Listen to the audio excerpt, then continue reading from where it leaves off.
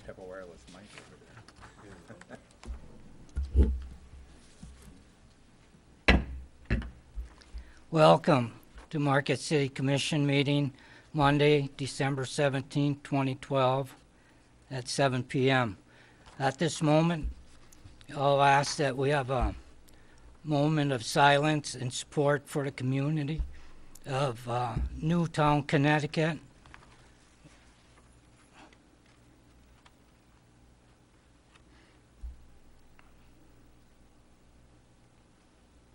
Thank you, everyone. At this time, will you please join in the pledge allegiance to the flag?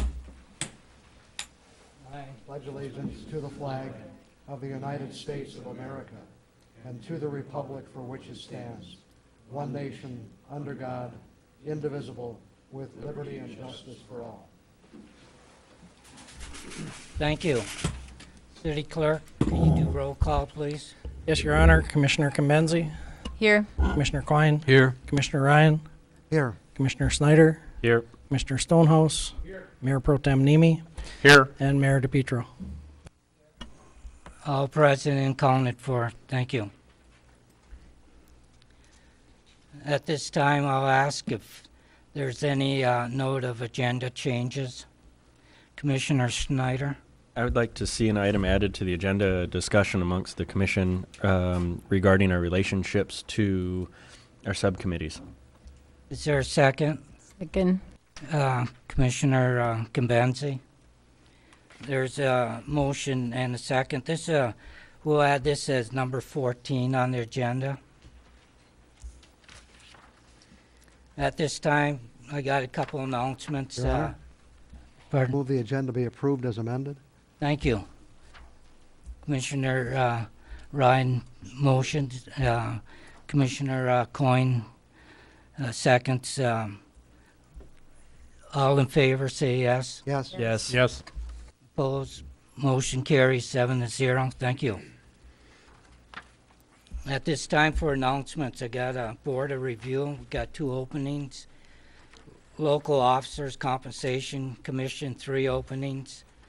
Parks and Recreation Advisory Board, 1 opening. Regional Recreation Authority Business Plan Ad Hoc Committee, 1 alternate opening. Sister City Advisory Committee, 2 openings. Sustainable Community Ad Hoc Committee, Parks and Recreation Advisory Board Rep, 1 vacancy. Also at this time, I'd like to remind my fellow commissioners and the public that Thursday, December 20th, there will be a dedication at 1:30 for the recently constructed biosolids storage facility at the Waste Management Treatment Facility, which is located on US 41 south at 1930, right by the Carp River. So at 1:30 Thursday, December 20th, anybody that's available is welcome to attend this. And the media is also invited to attend. And the Marquette Area Wastewater Treatment Facility is owned by the City of Marquette, Marquette Township, and Wastewater and Shockley Township. Thank you. At this time, we'll have a presentation for the Upper Peninsula Children's Museum. Explainer of the quarter, Timmy Whipper. Please meet me up at the podium.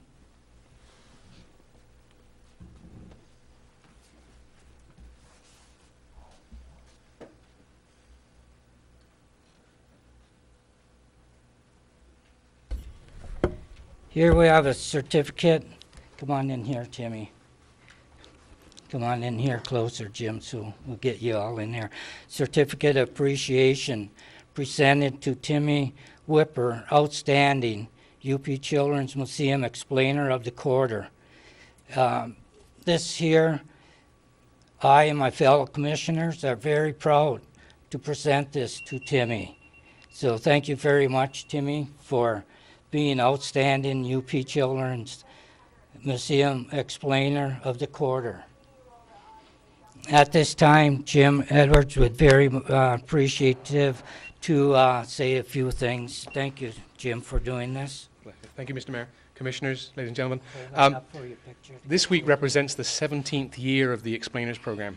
And so we've got a 17-year-old. No, it's unusual for us to have high schoolers. We normally present you with 8-year-olds and 9-year-olds who are so naive. Timmy's been very loyal, Mondays and Fridays coming in and actually helping to paint exhibits and to create new things and joining in programs with our Designosaurus program. So I love the idea that we've also got a group of high schoolers, groups of middle schoolers, and last Friday, a whole new bunch of 8-year-olds. So they keep coming and we keep having wonderful stuff from them. Thank you, Mr. Mayor. Thank you, Jim. Bless you. And Tim, would you like to say anything? Sure. I'd like to thank the Marquette City Commission Hold this up for for your picture. giving me the award. And I've been going a year strong at the Children's Museum, and I hope this is Down here. into just the- continuing a long partnership. Thank you very much. Thank you, Tim, for doing that.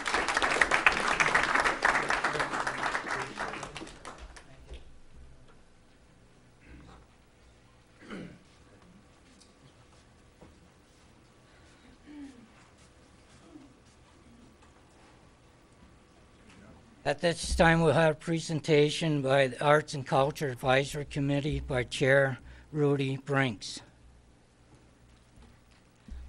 Hello, I'm Rudy Brinks of the Arts and Culture Advisory Committee. Rudy, would you like to have Tina Harris join you up at the podium, please?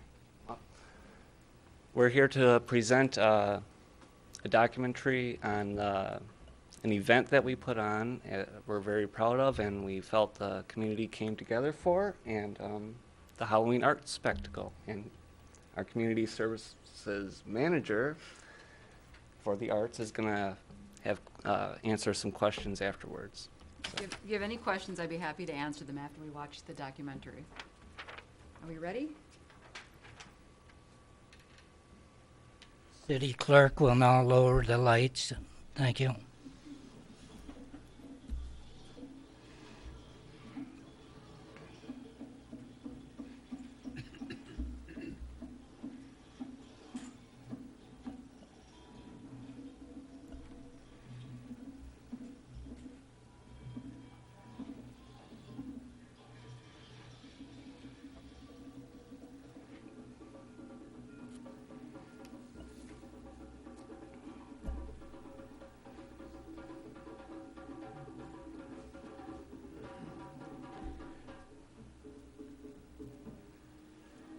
The Halloween spectacle is literally that. It's a spectacle. You know, a spectacle is something to make you stop and say, wow, what am I looking at?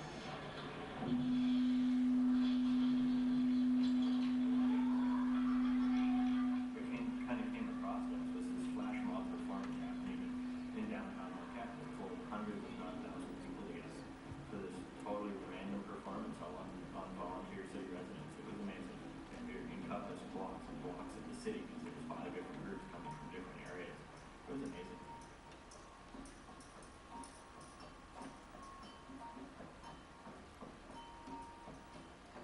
There was an open call to groups. We would like to have as many people from the community participating at whatever level they can. We had participants from the Marquette Folk Dancers, the Dead River Roller Derby, the Belladinas, a local belly dancing group. We also had the Uber Hoopers from the university, Zumba dancers, which are aerobic dancers. We had people that weren't affiliated with the group that joined groups. And then we had people that wanted to be behind the scenes. We had people that were making the puppets, local high school students and children that just dropped in with their parents on Saturdays to work on the large puppets. And the groups represent our community. They really are a metaphor. All the groups that participated were a metaphor for diversity in our community. And that's what I liked about it. Anyone could be in it. involved because a good friend might ask. It's a good thing to get involved in. You get to make new friends, meet a lot of interesting people. It's an opportunity for people that don't necessarily think of themselves as artists or performers to do something creative. I'm a zombie dancer. I started with the folk dancers about a year ago, and I had never danced before in my life, so I'm still very much in a learning process, but it's been a lot of fun, and I really enjoy it. All part of reinventing myself since my life after. It's important to have these large-scale events that can be witnessed by many, many people. I think the art and culture that we have in Marquette is extremely important. Outbreak of art in a community and seeing how many people come together. I also love that different age groups come together. The idea of the Halloween spectacle is to give the community a chance to have an art experience that everyone can share in. That it's something, it's theater, it's music, it's dance, it's everything, and it's bigger than life. Halloween was a perfect time to have a spectacle because people naturally like to dress up at Halloween. The intent wasn't to be scary, it was more to be fantastic and beautiful. The spectacle doesn't require that you buy a ticket to it. It's free, it's outdoors. So really, the Halloween spectacle is an art experience open to everyone of all ages and a chance to participate in the performance or watch. Halloween spectacle brings people downtown. Over 1,000 people came downtown, and they were downtown from 4 to 8 o'clock that night. They were eating, they were walking around, they were enjoying Marquette at its best. This was one of the coolest events I've done in the 16 years I've lived in Marquette. Beyond a doubt, this was one of the funnest events I've participated in Marquette. Halloween spectacle is a community event. It's new and different and fresh every year. We're open to anybody coming in and participating on whatever level they can. As a city commissioner, seeing events like this happen in our community kind of reinforces citizen participation in our community. I think we're really fortunate in a town of 20,000 people. We have so many different things happening all the time because citizens band together and make something happen. More than anything, I want people to know that the Halloween spectacle is about fun and community and involvement. And I really hope next year more people get involved. Actually, I'm sure more people will. And I hope they get involved in the making of the puppets and the whole entire process. Because it comes together as a magical evening. The invitation is open to everybody.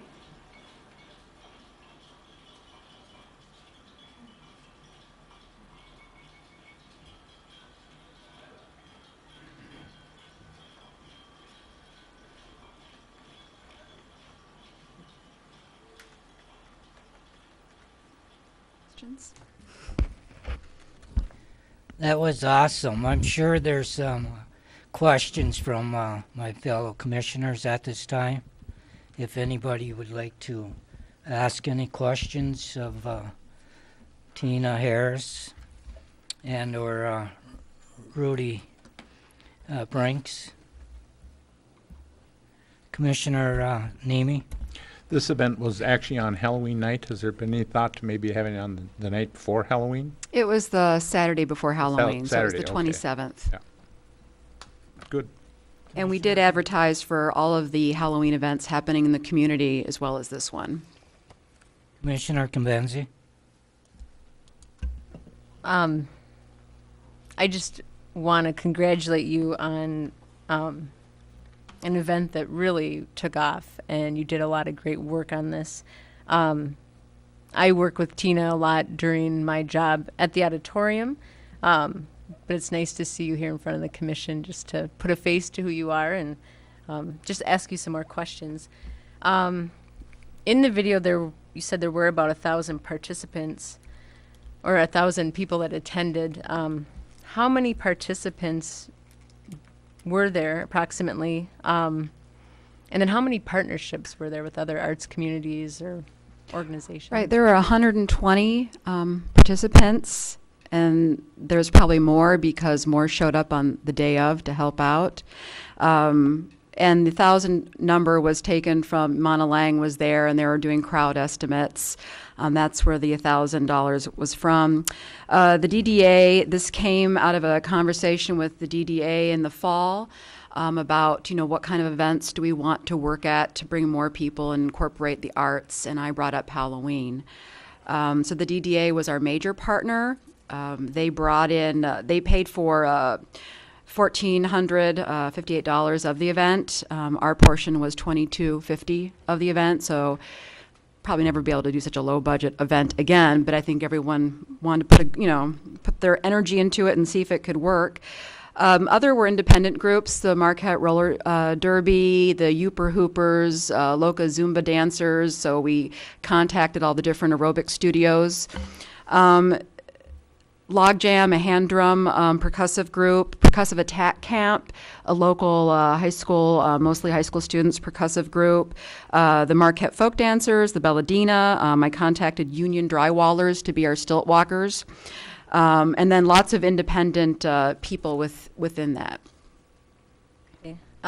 Two more questions. One more on this. What are your plans for next year? Again, I know you want to expand it, but... Well, we'd like to do it again. We need to make it a part of the budget. I think that the Arts and Culture Committee, we have to look at what we want to offer for the entire year and then decide, is this something that we want to offer, and how to do it so we can even get more people. We didn't spend that much money on marketing. It was very much a word of mouth, and I think there could be definitely a lot more community members involved in the 2 months prior of building puppets, instrument making. There were a lot of free opportunities for the community. All free, we didn't charge. There was pumpkin carving at the Commons, skeleton banner workshops, which you saw decorated around Marquette, that were also done at local elementary schools with their art teachers. There was a zombie makeup workshop that was open to everybody in Marquette, mostly attended by seniors, which I thought was very interesting. There was puppet making, instrument making, and so I think that those could actually attract a larger group, the actually making of it. I think you picked the holiday that, even though a lot of people celebrated in Marquette, there really hasn't been an event, I guess, to really pull everyone together. So I just want to commend you on doing that around the holidays. And then just one other question I have, since this was so successful, I guess, do you plan on doing other things like this? Or I guess, what direction is the Arts and Culture Center taking? I mean, last week we saw the presentation on kind of where it went from Nikki. Carl was the intermediate, and now you're there. And we got to hear the explanation of steps, I guess, and how you got to be the director. But I guess what's your vision for, I guess, the coming year? Well, I think a lot of things are changing with the Arts and Culture Division right now. We're developing a lot of policy. I will be asking to develop a 3 to 5 year mission to hire an independent third party. So it's not just Tina Harris, director, saying let's do a Halloween spectacle or let's do a puppet festival. I really want to hear from the committee, but the community, what direction they want to go.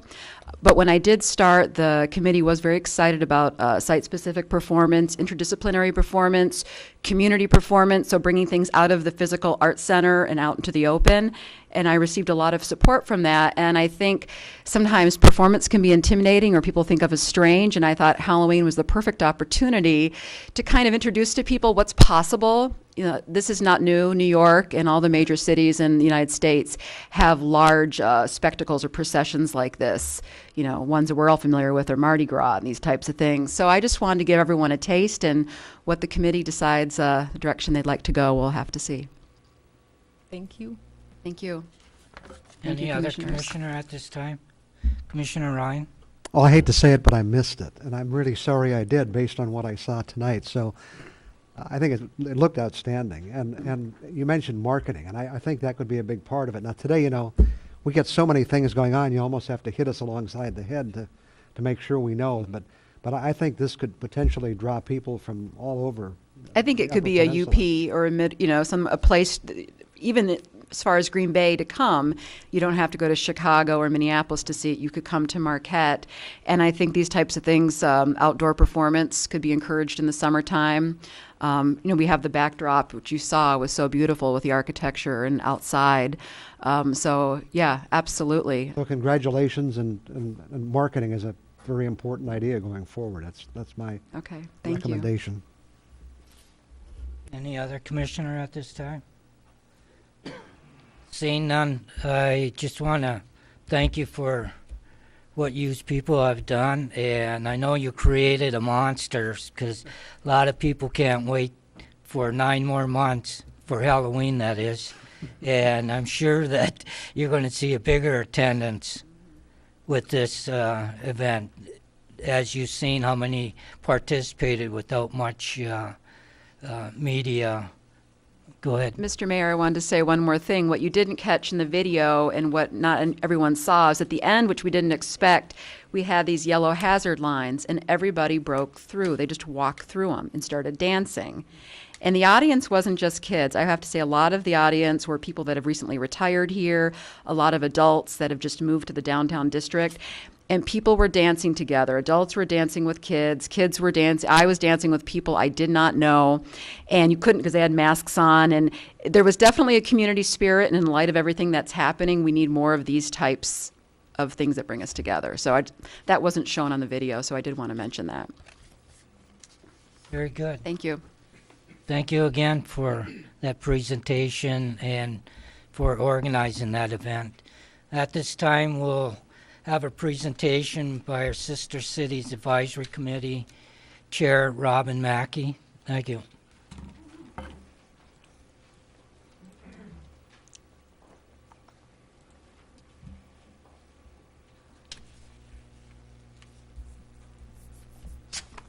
Thank you. My name is Robin Mackey, and as Mayor DePietro mentioned, I am the current chair of the Sister City Advisory Committee. I'm here tonight to present the commission with a brief report about the past year and where we're heading in 2013, and with time for questions at the end. So this is just a brief review. To begin, just a brief background about the Sister City and where it began. According to official public record, the Sister City Advisory Committee was established on February 13th, 1989. However, as many of you know, the Sister City relationship began much earlier than that, pretty much the year I was born in 1982, by Price Duerfelt and Paulette Lindbergh, whom many of you know. It was the last 30 years has been developed a relationship that has become very, very strong with the city of Higashiomi, Japan, and then later on with Kaiani, Finland. However, it was officially adapted as a relationship with the city in 1989. It was created to officially advise the commission on all things Sister City related, incoming and outgoing delegations, and all the things that happen in between. We still have 9 seats, memberships, and 7 of those are currently filled. As Mayor DePietro mentioned, we do have 2 vacancies, which I'll be reminding you all of again. And like I said, we do have an established relationship with the city of Higashiomi, Japan, and Kaiani, Finland. According to our bylaws, the 4 bullet points you see are officially what we're responsible for. But in sum, we are even though we follow the Robert's Rules of Order or whatever, and we approve our agendas, we do everything by the book. However, it is a very casual committee. We are more a committee of action. We do things such as planning welcoming parties, training host families, finding host families, sending out mailers and posters, and all the things that are required to make this a successful relationship and incoming and outgoing delegations be enjoyable and truly represent the relationship that we have. So we do advise and work with delegation planners abroad and here, and like I said, with host families and the City Commission and other volunteers. We as our bylaws dictate, we do facilitate city facility acquisition, which is fancy words for we find places to host events and meetings and different events that go on while a delegation is here.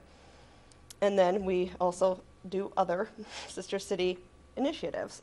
So it is officially in our bylaws to leave flexibility about where we're going and what kind of activities we're involved with. We are scheduled to hold 11 meetings per calendar year. We do not hold a meeting in December because it is usually right in the lull of incoming and outgoing delegation activities. We do have regular meetings the second Wednesday of every month at the lower level of Peter White, the Marquette Arts and Culture Center. And as all of you know, should know that all Sister City Advisory Committee meetings are open to the public. So please come join us, and you are welcome every second Wednesday of every month. Currently we have 7 members. Myself, chair, and John Mallow is our most recent member, so we're excited to have him. Devin Pickens has been a member since 2010. Sue Acox has been a member since 2007 and expires next year, so hopefully she will renew her membership. Linda Berry is co-chair with me. She helps me out when I have to, say, go to an oil spill for work or whatever, so she helps me out as the chair. John Barch, he has been a member as long as I have, since 2009, and due to expire soon. And our current liaison is Tina Harris, whom you all just heard from earlier. She had some very big shoes to fill. Her predecessor, Nikki, was very involved with this committee, and Tina has done a wonderful job with the transition. She really has. It was a smooth transition, also thanks to Mr. Zuger, who filled in between.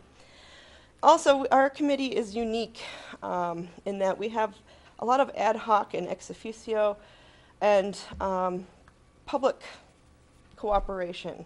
It's not just the members who do the work. We have a lot of volunteers who aren't necessarily holding chairs. For example, Price and Price Durafelt and Paulette Lindbergh, they are heavily involved. Likewise with Marty Eskalainen, who is often does the heavy work for the Kayani delegations. So we do have these members, but we also have a lot of community involvement for people who are not official members. And again, I'd like to note that we do have 2 vacant positions open. It's a really fun committee. And like I said, it's casual. We keep the meetings under an hour, and it's a really, really cool opportunity, especially when the delegations come and go. So just a brief review. You know, we're all about the relationship. We did a lot in all 11 of our meetings, but the big events were an incoming delegation from Higashiomi and an outgoing delegation to Kayani. That's what we're all about. We did send 3 Marquette residents to Kayani this June. However, it was cut short due to flight delays and an unfortunate injury. A knee injury to one of the residents when he was getting on the train to arrive to Kayani. Unfortunately, it was bad enough where they had to go home. So we will try again next year. The highlight of the year for the sister city was the incoming delegation from Higashiomi. 6 delegates came from Higashiomi in all age ranges from 18 to 65. It was an outstanding group of people. We had great host families and a lot of volunteers. It started off with a bang by the arrival at Sawyer International Airport. A lot of the commission members were there to join. A lot of community members were there to welcome them. It was a great start. They had some time with their host families, some time to relax, but they did have 4 days of jam-packed activities. They did things such as take a tour in the Queen 3. They had a picnic, the Queen 3 boat that did a tour of the lake shore of Marquette. They got to go on a tour of the Regional History Center Museum. They had a personalized tour by Carl Zuger himself on the Martran. They had a social gathering at the Carriage House on behalf of the Fraser family. They had a tour of our beautiful Peter White Library. We had an awesome welcome party that a lot of you were at on September 7th, where gifts were exchanged. Dr. Durafelt did some presentation and a brief history of the Sister City community or Sister City relationship. We danced, we ate, it was a great party. They took a tour of NMU. They had awesome meals, often donated by restaurant owners such as Donkers and, Coco's. They got to make some awesome crafts at Hot Plate, and they got to tour the Coast Guard station, which was a very unique opportunity. All in all, when we came back as a committee to review the incoming delegation, it was fully agreed that it was a resounding success. From the feedback we had from the incoming delegation and other community members, fun was had by all. No major accidents or mishaps, or everything went perfectly smoothly, and that was largely because of our volunteers and the planning that the commission did ahead of time. The advisory committee. Now looking forward to 2013, again, we have 2 membership seats to fill, but we also do have a number of members that with their membership due to expire this year. So that, we can't guarantee that they will renew their membership, so we have to keep an eye out for keeping our advisory committee active and moving forward. Our chief objectives for the next year is to plan for the incoming delegation coming from Kayani. We don't know yet when they're coming, probably around July 4th time. And also there will be another outgoing delegation, city residents, going to Higashi-Omi, Japan for probably about a week. That time frame is to be determined. Those will be our chief objectives, along with we are starting to look forward at the committee itself this year. We have a goal to discuss how to keep the Sister City Advisory Committee sustainable for generations and generations. We could talk about this all night, but the Sister City Advisory Committee was established, and the lifeblood of it is the people such as Price and Paulette and Marty, and we are going to discuss and how we can make sure that the spirit of the Sister City thrives beyond the generations. And so we're going to discuss if there any changes need to be made on how we run things, and just open up that discussion. And so that is looking forward. Like I mentioned, it was very brief, but that is in a nutshell what we're all about and what we did this year and where we're looking next year. So, does anybody have any questions? I'll check with my fellow commissioners. That was very good, though, presentation. Oh, thank you. Any commissioner wish to? Commissioner Kambenzi. I'd like to thank you for your presentation, for being here. I know we have a work session coming up with your committee this Wednesday. Thursday, I'm sorry. And I guess I'm anxious to kind of see, you talked about the direction that this committee is looking to head. And I guess I'm interested to know when we meet if there are obstacles for funding. I mean, I looked at the budget for this committee, and I mean, there's hardly any because money comes elsewhere. People support their own trips to go overseas. Also, I know that there's been mention of possibly including some people from the townships, expanding the membership. That's correct. It's something that, what happens if it's not part of the city? Does it become, a greater community thing, a regional thing? All of those points are on the, not to interrupt, I'm sorry, but they're on the forefront of all of our minds, and we have just begun to address those questions. We have not been able to come together as a committee yet to discuss them in depth, but the discussion began at our last November meeting, which was attended by Commissioner Vida. to, I guess, to summarize for the public and the other commissioners, the motivation or what spurred on this type of thinking, I guess, is that we have come into unique obstacles that I think only us have run into since the transition of our funds to the Marquette Community Foundation. Basically, it comes down to roadblocks to accessing our funds. Because we are not a 401(c) and because we're not officially a part of the city, or the city can't write checks, there's a bit of an issue legally on how to access our funds now that they are being managed by the foundation. And that is the root of these conversations. And so, stemming from that root, we're going to discuss different routes we can take to, overcome these barriers, and where we go is going to have to be decided by many conversations with the committee and with the commission. And that's probably one of my main concerns, and one of the biggest red flags I saw is why are your funds kind of being funneled there? I mean, the community foundation isn't like a bank account, and certainly every time you need money, it costs a lot of money to take money out. And so one of the things, just so you're aware, that we are looking into as a commission is, what fundraising parameters do we have? And certainly,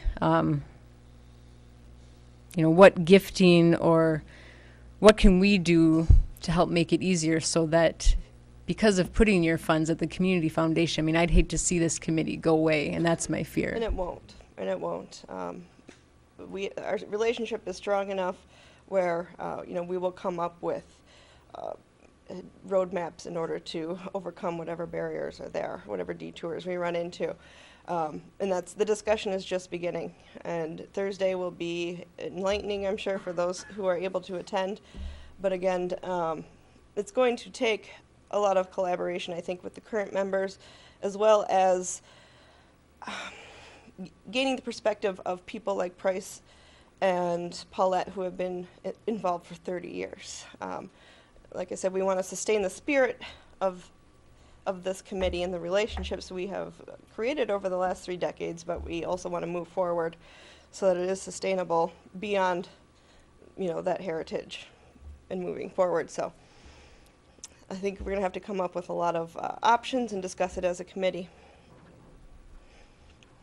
So that's just beginning on Thursday. Any other commissioner? Commissioner Stonehouse? Your Honor, as we will be discussing this in great depth on Thursday, I suggest that we hold those questions until we can get in that situation where we have all of the answer folks in the room, and we'll be able to discuss and determine with great veracity rather than just simply kind of opining as we move along tonight. Thank you. Very good, thank you. Any other commissioners? Seeing none, I thank you again very much, and also our city manager, Bill Fida, appreciates working with you on this. Thank you. Thank you. And at this time, the city clerk wishes to read a resolution on the fireworks inspection delegation. City clerk.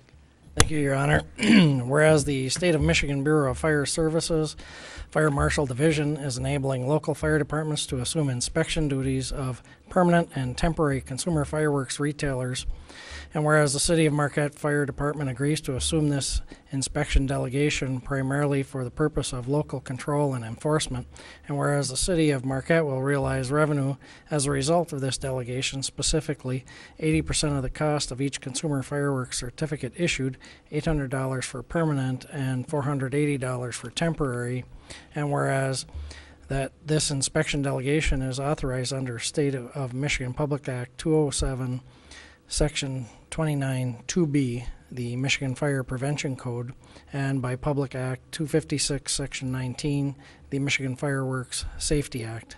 Now therefore be it resolved that the City of Marquette hereby authorizes its fire chief to accept delegation of local fireworks inspections in accordance with the statutes described above, adopted this 17th day of December 2012 and signed by Johnny DePietro, Mayor, and Dave Blue, City Clerk.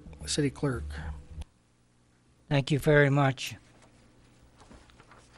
At this time, Your Honor, do we need to adopt that resolution? We need a motion on this, yes. Okay. So I would so move that the resolution be adopted. I'll second the motion. Okay, there's a motion by Commissioner Ryan and second by Commissioner Namey. Anything further, Commissioner Ryan? No, it makes a lot of sense. Commissioner Namey? Nothing further, Your Honor. Any other, Commissioner? Seeing none, all in favor say yes. Yes. Yes. Opposed? Motion passes 7-0. Thank you. At this time, we'll have a presentation by Naquaman and Trail Network, presented by Lyle Vanderschaaf. Could you pronounce your last name and give your physical address too? It's Lyle Vanderschaaf. I'm 235 here on Woods Drive.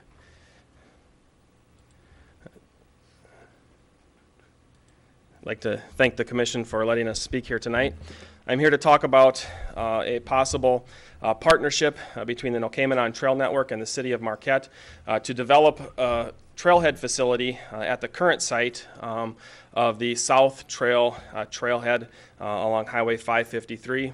As many of you know, myself and two other members of our NTN Single Track Committee have spent the last several months meeting with a ad hoc committee of commissioners, including Commissioner Snyder, Commissioner Ryan, and former Commissioner St. Ange, along with City Manager Vida, to talk about what we could do to develop this trailhead that would work both for our organization and for the city and its residents. And I think tonight, the presentation here will show that we came up with a pretty good plan and something that should accommodate the needs of all the individuals involved. So in summary, what we're looking to do is to develop a trailhead facility that would provide our membership and the rest of the Marquette community that uses the trails in South Marquette with the facilities that we need, and also a facility that is consistent with the city's master recreation plan that was just adopted last year. And all of this would be done at the NTN's expense, and the development would be done with no investment of funds from the city's general fund. So just very briefly, what the NTN would provide, we've proposed construction of a 24 by 32 foot open air facility. It would be handicapped accessible. The largest part of the facility would be just an open air pavilion covering picnic facilities, etc. And then there would also be changing rooms in the rear of the facility. These would not be actually bathrooms at this point, but they'd just be changing rooms where people who wanted to, either had traveled to the area or were looking to use the trailhead facilities after work or something like that could change without having to, scrounge around their car or something like that. And we have proposed a facility that would be very comparable to the Sunset Point Pavilion that was constructed by the Kiwanis Club for the city out on Presque Isle. So again, it would be consistent with the current city facilities in appearance. And just a very rough estimate on the cost of constructing that facility, or the cost that it would cost to the city to construct that facility, would be roughly $25,000. The second part of the project would be to enlarge the current parking lot. Right now it's just a very rough and uneven parking lot. Is usually pretty full on most weekends, and when we have events there, the parking lot is overflowing with cars parking along the highway and parking down toward the ski hill in their parking lot there. So we would like it to be a gravel parking lot big enough to hold 100 cars, and again, a rough estimate of the cost that it would cost the city to do a comparable parking lot for clearing the area, providing the fill and the gravel and stuff would be roughly $40,000. And then finally, we would put signage, both our signage, the trail signage that people that are going to use the trails, and then also the road signage and things like that the city has, again, comparable to what we see at the city parks, so that users would be able to identify and locate the park. We would provide that, and an estimate of the cost of that would be about $4,000. And then the NTN would also commit to be involved in minor maintenance and cleanup, et cetera, of the park facility. I would estimate at least 20 to 40 hours of volunteer labor would go into maintenance work and stuff like that, and current IRS guidelines as far as the value of volunteer work, would be roughly about $8,000 for that 40 hours. I'm sorry, $800 for that 40 hours. So in all, the NTN would be looking at committing close to $70,000 in value to the city to this project. We anticipate that we would get a lot of this money as donations from our members, and then also in-kind donations from supporters in the community. So our actual, writing a check cost would hopefully be less than that. But again, the value to the city, the cost for the city to actually do a project like this would be fairly substantial. And this is consistent with what the city has said they want. Looking through the city's recreation plan, they talk quite a bit about developing the trail facilities here. There is also talk about having park facilities along the 553 corridor in South Marquette. So again, this would be the NTN working with the city to accomplish some of the city's goals, but at no cost to the city. What the city would provide would be the property where the trailhead would be located. Currently, this is part of the Heartwood Forest. This property is situated right on the boundary of a couple sites in the Heartwood Forest. And basically what we'd be doing is using the current footprint. Really, there would not be a lot of extra land cleared. There would be nothing additional set aside. None of this land would need to be characterized because the city would retain ownership of this land. So any further projects that the city has in mind, any further development that the city has in mind is still in play because the city retains ownership and control of this. The NTN would just be partnering with the city to develop and improve the current footprint that's used for the trailhead here. The city would also assist in the project with city staff assisting with the zoning, code requirements, easements, all that kind of work that goes into the project before it would be built. The city would obviously need to do some of the maintenance like trash removal. The city currently uses the site as a snowplow turnaround for the city's plows, so it's accessible during the winter, and we anticipate that could continue basically as is. And then we would also, as the project goes forward, assume that it would be connected to power utilities initially and potentially down the road to water and sewer facilities, and those would, as a city facility would be provided by the city. As well as bathroom facilities, initially probably with portable bathrooms. And the NTN would commit to any funds that we raised in excess of the actual cost of building the facility or improving the site would be put into a sinking fund to help the city offset these costs going forward. And I just wanted to kind of throw out here at the end that the NTN and the South Trails has a long history and is very heavily associated with mountain biking, and certainly a lot of us on the committee kind of come to it with that background. But it is also widely used by the Marquette community in general and a lot of other organizations. The trails are heavily used by trail runners and also people just out hiking and dog walking, and it brings a lot of people into the community. I approached a number of organizations about supporting this and received positive responses from nearly all of them, and I have formal letters of support from over a dozen organizations that currently use the trailhead and feel that this improvement would be very beneficial both for their groups and for the community in general. So I'd be happy to entertain any questions you have about this, and then hopefully hear something about how we could potentially move forward. Okay, just a minute. I'll check with my fellow commissioners. Any, Commissioner Ryan? I have a question for the city manager. What would the assumption be? This would appear on a future agenda? Is that what we would anticipate? Or how would that happen? Let me put it that way. Thank you. I'll defer to our parliamentarian about the process. I think at this point we already have an agreement in place with the NTN, and they're already doing a similar functional maintenance and use of that particular area. So I believe at this point, the administration would look for specific guidance from the commission for direction to come up with some kind of an amended agreement or to codify what this arrangement would look like. And then I think it would come through the regular process. Once the plan was received, once the agreements were received, we'd put them before the commission, and then we'd run it back through the planning commission for a recommendation for the final design. How do we get to that first step of? I'll defer to our parliamentarian. I agree with what the city manager just said. I think you can make a motion tonight if you want to direct staff to get that ball rolling and do some of the things that the city manager just mentioned. and then at some point it'll come back to the commission. I mean, this is assuming this is what the commission's interested in. But I think tonight you could start the process and direct staff to do whatever you feel needed to get that process going. I would be willing to do that, but I would stand back now and let any other commissioners ask questions first. Okay. Is there any other There are questions? Commissioner Convenzi. I guess I have some questions for staff that's here. One, Dennis. I guess my question is I'm looking at this parcel and it says deferred development, and potential development is around it. Where is the planning commission as far as zoning this? Has there been any directives? I guess my other thing is, my last recollection is that the commission said they were going forward to the community to meet and discuss this land further.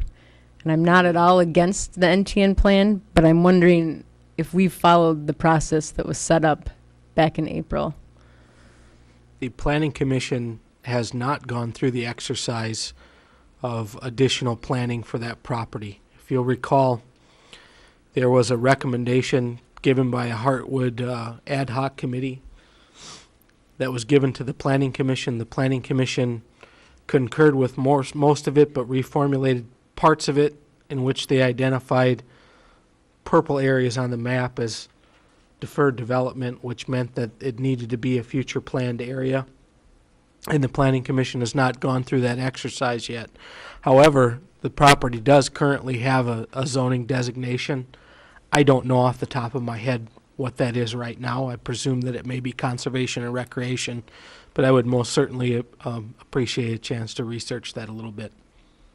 I guess that's where I'm coming from. It's not that I won't vote for a trailhead pavilion. I'm just saying we committed, or the commission before me committed to a process, and I don't think we've done that. I don't think we've let staff do that. And I think before we just say, let's go ahead with this and let's let staff come up with an agreement, I think we need to let staff as a planning commission revisit this again before we just say, go ahead and build it. I mean, what if we sell property right next to this and the pavilion ends up being 10 feet away from whatever? I mean, I think all of us want this pavilion. All of us want to see the trailhead develop, but I don't think we've given it the due process to really look at this. And I think we'd be doing a disservice to our planning commission, and I think we'd be doing a disservice to the ad hoc committee, who was more than willing to let the community come forward and say, what do we want to do with the entire purple property, not just pieces of it. Any other, Commissioner Stonehouse? Well, excuse me for my hoarseness. A couple of questions, if I can.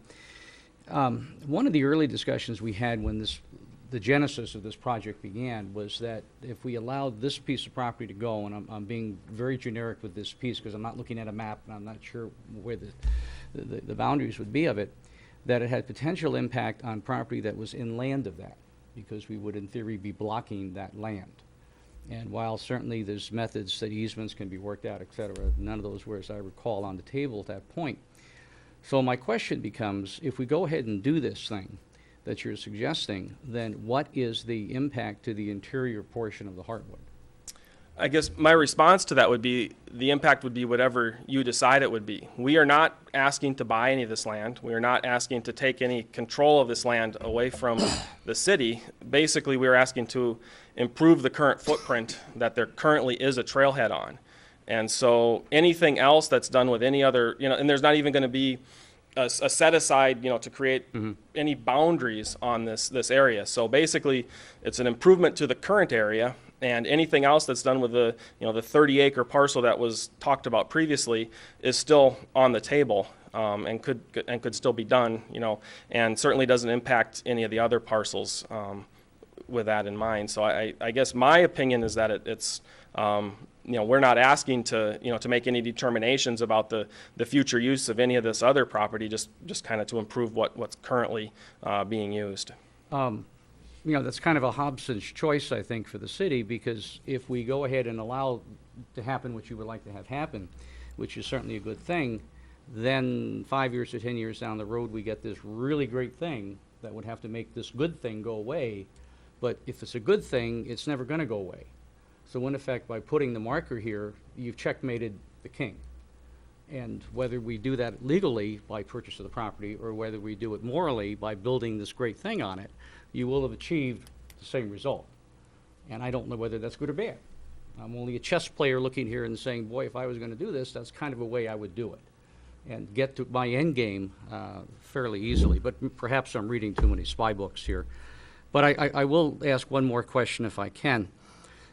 If we send this back to the planning committee with the problems or the questions that the city commission may have, am I to assume then if they hold a hearing, literally at planning committee level, then that would be the vehicle that would allow all the other user groups of this property to come forward and say, this is what we think.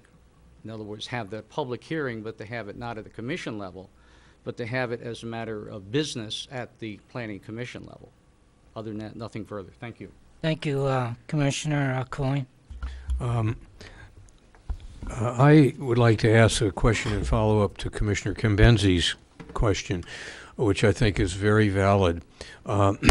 Assuming you were to put through this through the Planning Commission, what time frame are we looking at? How could that be accomplished by, what I'm thinking of is you can't start building it tomorrow. You probably, can you? I mean, we still have fun. We have not really started our fundraising effort for this yet. Let's assume you want to build it in the spring. Can we do this whole process and have that done by spring? Is that realistic? Let me only ask for clarification, Commissioner. Which process? The process of going through the Planning Commission and having the public hearing and that. I would have to honestly say that's probably unlikely. Your Honor, could I just... I know that's not the answer that you're looking for, and often like to hit softballs out of the park, but the Planning Commission right now is halfway through a master plan update that is taking a tremendous amount of time that they're working through. We anticipate them being done with this March, April timeframe. April, May becomes spring. To engage the community in the planning exercise for the Heartwood property, I would say would take another several months that would possibly push you into late summer. Commissioner Ryan? As he mentioned, Commissioner Snyder and I and former Commissioner St. Ange served on this committee, so I'd maybe like to add something to this discussion, and Jason certainly can add to it too. This started out with the Cayman Trail Network wanting to buy a fairly substantial piece of property, and that was turned down. And we had a number of meetings, our committee and City Manager Vida was part of it, and with representatives from the Nicamenon group, and trying to find a way to come up with an answer that worked for everybody. And actually it was the city manager, as I recall, who came up with this answer. And the answer is that we have the land there, we have an agreement with this group. This group, as it is, uses a big portion of city land for their trails. We're working with them in many different ways already. I mean, this is just one very small piece of property that's been designated for this very specific purpose. We have an agreement, as was mentioned earlier, with the Cayman Trail Network, which manages a whole trail system in effect for us. This was looking for a way to be able to come up with a solution that didn't raise the red flags that the other issue had raised about blocking access to other land and taking land that could be perhaps used for other purposes. And so, I think this was a reasonable, I don't know if compromise is the right word, but reasonable solution. The problem is we're stuck in this quandary of how do we get to wherever it is we want to go. I don't think we're directing anybody to do anything, but at this point I believe the city staff is saying, Commission, do you think this might be a good idea? And if so, we can go ahead and do some of the study and bring it back to you. or not. And Your Honor, the manager has his hand up, so I'll. Are you done? Yeah. Okay, City Manager Bill Vita. Thank you, Your Honor.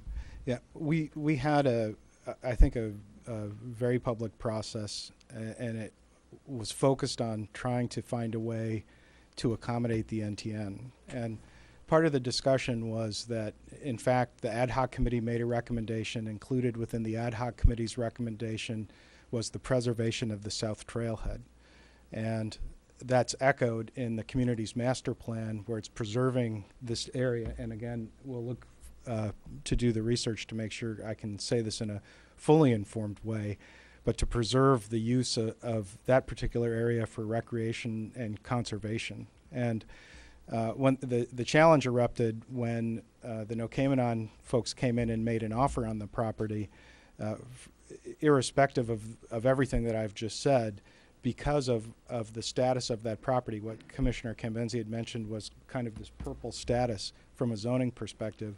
Whether a developer came in and offered to buy the property, or whether a group like the Nokamanon Trail Network came in and offered to buy the property, it really addressed that same issue, is how are we going to proceed with either the development of that property, the preservation of that property, ultimately coming up with a very specific set of zoning requirements for the properties that currently stood. And we consulted with our planning department, our community development. We looked at the workload. We talked through all the different scenarios. We put it in front of the commission to see what the intent was.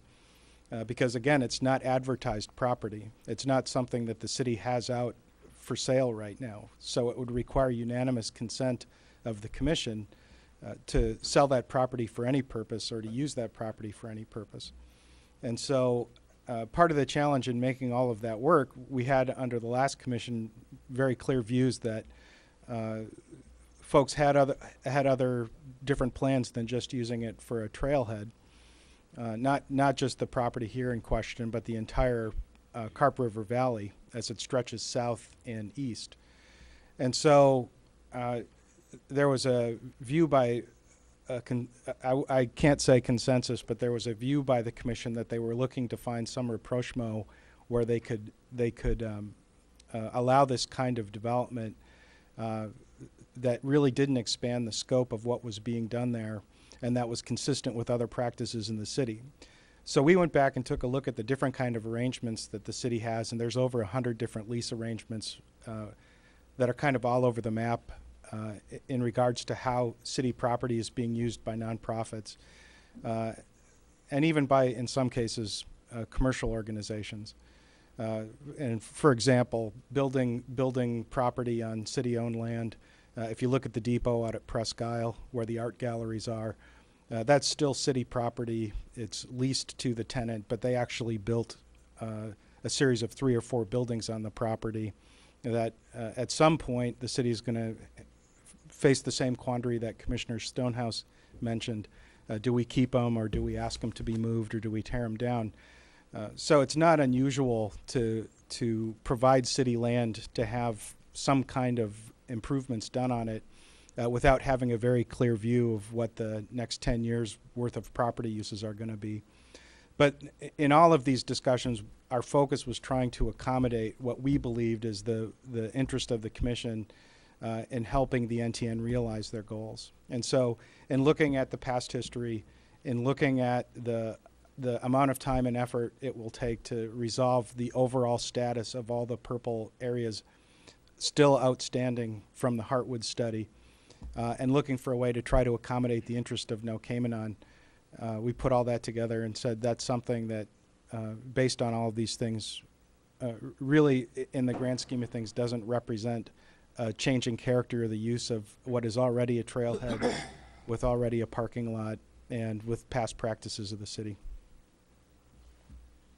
Thank you very much for that, Commissioner Schneider. That was a whole lot to digest. You know, I wanted to let the commission know I'd be willing to make a motion, but I don't want to steal a motion from Commissioner Ryan, so I'll let you know that when we are ready, or when you're ready, Commissioner Ryan, I'll support you on that. Thank you, Commissioner Nemi. Thank you, Your Honor. I like this project, and I guess the way I look at it is we're not going to be selling the purple part. That hasn't been determined as part of the disposable land. I think their project straddles the southernmost portion of the one little kind of purple part and goes into a little bit of the developable land. Is that correct, Lyle?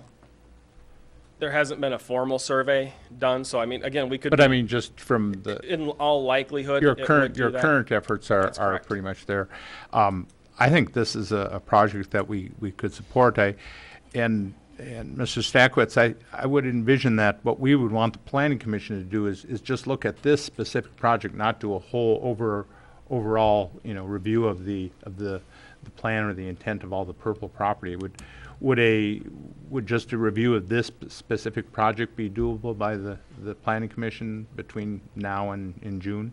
That's a much more simpler process than what I was envisioning for. Yeah, I wasn't thinking that we were gonna, because we've been struggling with Heartwood for a long time, and we realize that they've got a lot on their plate. But I would like to see us direct staff to look at this project and bring it back to us, and perhaps bring it to the Planning Commission, and so that we can get this going. At the rate we do things with Heartwood, I think they could build the building, and it would be a replaceable condition by the time we do anything further. So it's in regards to what Commissioner Stonehouse said, yes, we would be putting a building here, but I think there could be accommodations that the land behind it would be reachable, would be available, and certainly they wouldn't be using much of the. I'm looking at a map right now. It's section 35. They wanted to buy the whole front portion of that. I know personally I didn't support that because it's developable, and I think the project can work well. They're there now. The only difference is they'll improve their parking lot, and they'll be putting up a facility that isn't going to cost us anything more than the Coppin Sports Complex or the Kiwanis Pavilion on Presque Isle. Thank you, Commissioner Nemi. Commissioner Coyne? I wasn't part of the previous problems of purchase, not purchase, but I'd just like to throw this idea out, and it's probably silly, but if you look at the map of the Heartwood Forest, the Nokamanon network has trails all over that, and some of it's in different zones. Now, and they don't own it. They build bridges, and we don't have to make a federal case out of building a bridge over a stream and have the zoning or planning commission have a special meeting to do that. What is the difference between our allowing that to happen, which is a great thing, than saying, okay, put up a structure, you're going to pay for it? That doesn't seem any different to me than a bridge or a rail across a log or a trail on a log. It's in different zoning areas. What is the difference? Why make such a big deal out of it if you just say, okay, build it, and if we want to do it, we'll tell you to leave? I mean, and if we sell some property that has 15 bridges over a stream, we say, thank you, take the bridges down because somebody's going to develop something there. I mean, I think this is a great idea. I think it is the very first step of actually something happening in the Heartwood Forest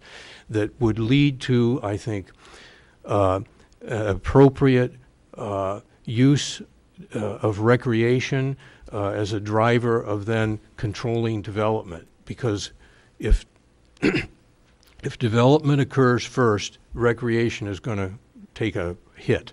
I mean, it's not very much fun to ride through someone's backyard or front yard or basement. It's better to have that's there and then adapt it to what is appropriate development. So I'd like an answer from administration and Dennis. What is the difference between allowing all these trails, all these bridges, than a small building so you can go change your clothes? What the heck is the difference between that and a bridge?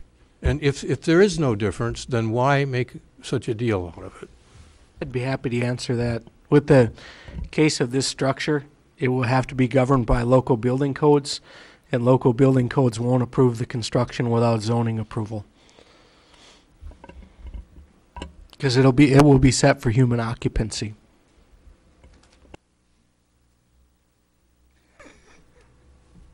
You have the floor, Commissioner Coyne. Thank you. Commissioner Convenzi. I am 100% for the project. All I'm saying is, can we slow down, say we are interested in the project, but go through the right channels, do it right, get our ducks in the row. They haven't even started fundraising. We have a skate park that does not have enough funds to be completed, that's sitting half done. We are looking at policy in another month on how we deal with groups that come to us on fundraising and wanting to use the city land to better it. I don't think we have to approve tonight that this pavilion is going to happen. I think it will happen. All I'm asking for, and I will vote for it to happen, I'm asking for the process to be right, for staff to do the diligent work, to get the right answers, and go from there. Your Honor. Commissioner Ryan. Yeah, and I think, this is unfortunately is one of those chicken and egg situations. The staff is not going to start this unless the commission says we're interested. And so that's the answer to your concern, Commissioner Cambenzi. So to bring this to a head, I would make a motion that we approve this plan in concept pending further studies and analysis by appropriate city departments to ensure that it meets all requirements, zoning and otherwise. There's a motion by Commissioner Ryan. Is there a second? Commissioner Snyder? Support. Thank you. Commissioner Ryan, anything further? Yeah, this again is not a final, this is all pending the city coming back and bringing information back to us for a final decision based on the kind of facts that I think we all want to see. But it does tell the Nicomenon people, if we support it, that we want to see this happen under the right terms. And I think it gives them an opportunity to go ahead and begin their fundraising activities. Thank you. Commissioner Snyder? Yeah, I think from where we started when the NTN originally approached us, I think we finally found something that really meets everybody's needs. I was in support of the land sale for many of the reasons that Commissioner Coyne had brought up and being support of this current plan. Is I like what it is there. However, we do have commitment to some public process, and with unanimous vote to be able to sell the property, I can understand the difficulties that the commission had in selling the property with a number of user groups that are there. I really like what's come up. Where do I want to go with that? I appreciate Commissioner Coyne bringing up the point of, what's the difference between this and a bridge? And I recognize that there's zoning issues as far as building, but I think on a pure moralistic sense, it doesn't really make any difference. It does seem very much to be the same, and I appreciate you bringing that up. To Commissioner Cambenzi's questions, I would hate to see a long public process hold this off one more year, but at the same time, I want to make sure that something like this goes through enough of a public process that the community is comfortable with maintaining the use that the property has gone through for the last 10, 15, 20 years. This is what it's been used for. So we're not actually changing anything. We're just adding some facilities to it, and some fairly minimal facilities.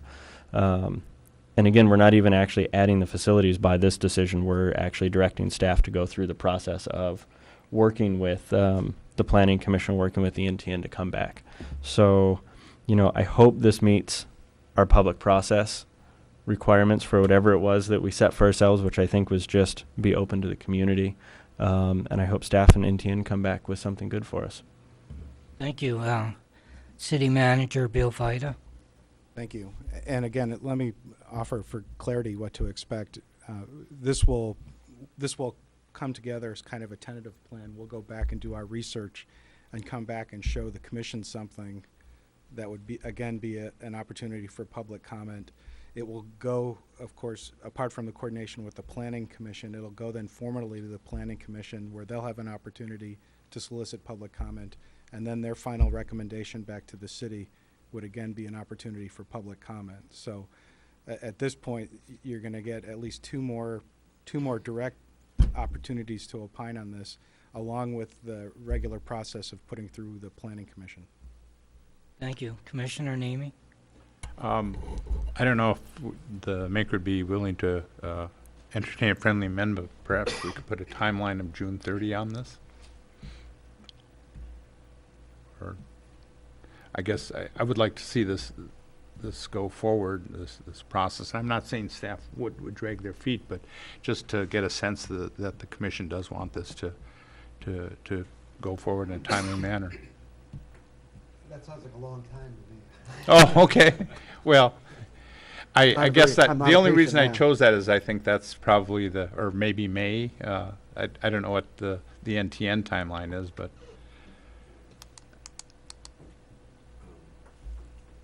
Commissioner Coyne?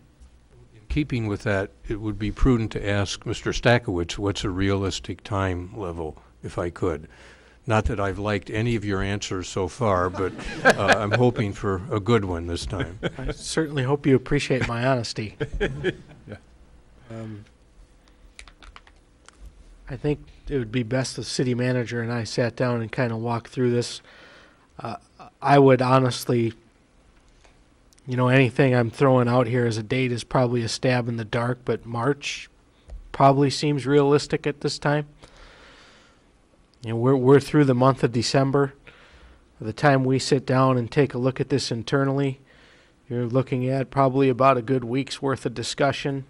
That'll put us into the middle of January. Planning Commission wouldn't get a look at it till the beginning of February.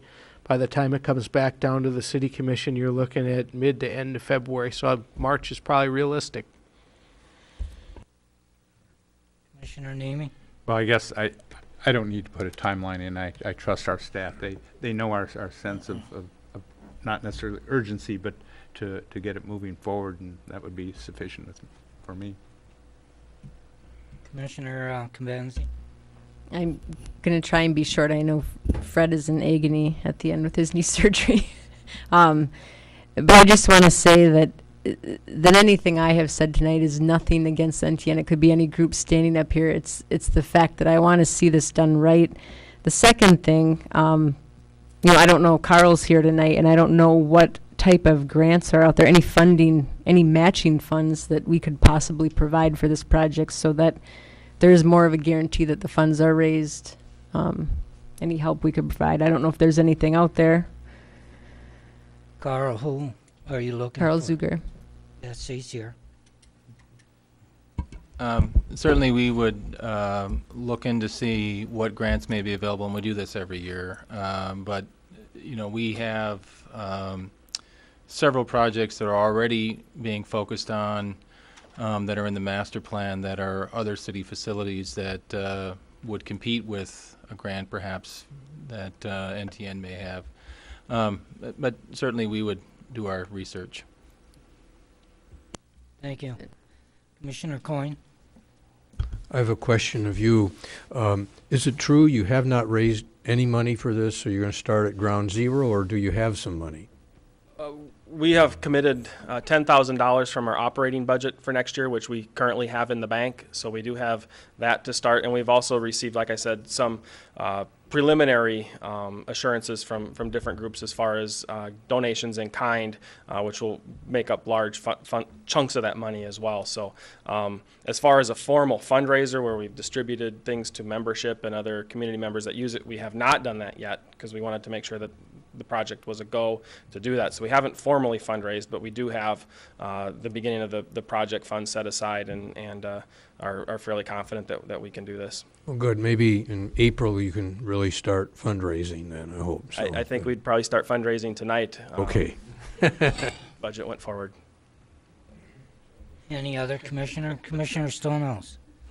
One more lone comment. I feel like a sailor on one of Columbus's ships. It's been a very, very, very long time crossing the Atlantic.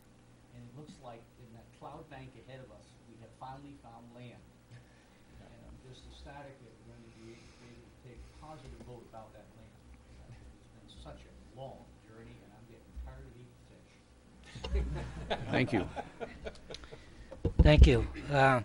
There's a motion by Commissioner Ryan and seconded by Commissioner Schneider. But before I ask for a vote, I'd like to have the city clerk make sure we're all on the same page. Okay, the motion is by Commissioner Ryan, supported by Commissioner Snyder, to approve the plan and concept as presented by NTN, pending review of the departments, perhaps in consult with the Planning Commission, and if appropriate, outcomes come from that to move ahead, basically with the NTN plan. Motion maker Ryan, does that sound good? Sure. Commissioner Snyder? Yes. Then I'll ask the question. All in favor, say yes. Yes. Yes. Opposed? Motion passes 7-0. At this time, for boards and committees, appointments, City Clerk, would you read the one on Mike Quayle? Yes, Your Honor. The appointment that's ahead in front of us today is for Michael Quayle, Marquette County Transit Authority, as a Marquette City representative for a term ending 12/31/15. Thank you. Commissioner Namey? Thank you, Your Honor. I move that we recommend Mike Quayle's name to the county for appointment to the Marquette County Transit Authority for a term ending 12/31/2015. Support by Commissioner Coyne. Commissioner Namey? I'd just like to thank Mr. Quayle for being willing to serve on behalf of the city. Commissioner Coyne? Any other commissioner? With that, I'll ask a question. All in favor, say yes. Yes. Yes. Yes. Opposed? Motion passes 7-0. Reappointments, City Clerk? Yes, Your Honor. This would be for Karen Hendricks and James Clark, both to the Downtown Development Authority for terms ending 01/01/2017. Thank you. Commissioners? Commissioner Ryan? I would move we appoint Karen Hendricks and James Clark to the DDA for terms ending January 1st, 2017. Thank you. Second? Commissioner Kimbenzi? Commissioner Ryan, any other comments? DDA does an important job for our community. Glad to have these people re-upping to continue their service. Thank you. Commissioner Kimbenzi? Nothing further. Any other commissioner? I'll ask the question. All in favor, say yes. Yes. Yes. Yes. Opposed? Passes 7-0. At this time, we'll open this for public comment. Comments may not exceed 3 minutes per person. Citizens may reserve time to speak on agenda items. This may result in the item being moved up on agenda at the mayor's discretion. Is there anybody wishing to address the commission at this time? Please state your name and physical address, please. Yes. James Gallant, representing Project Parenting Time in Marquette, 538 Yalmer Road, Scandia.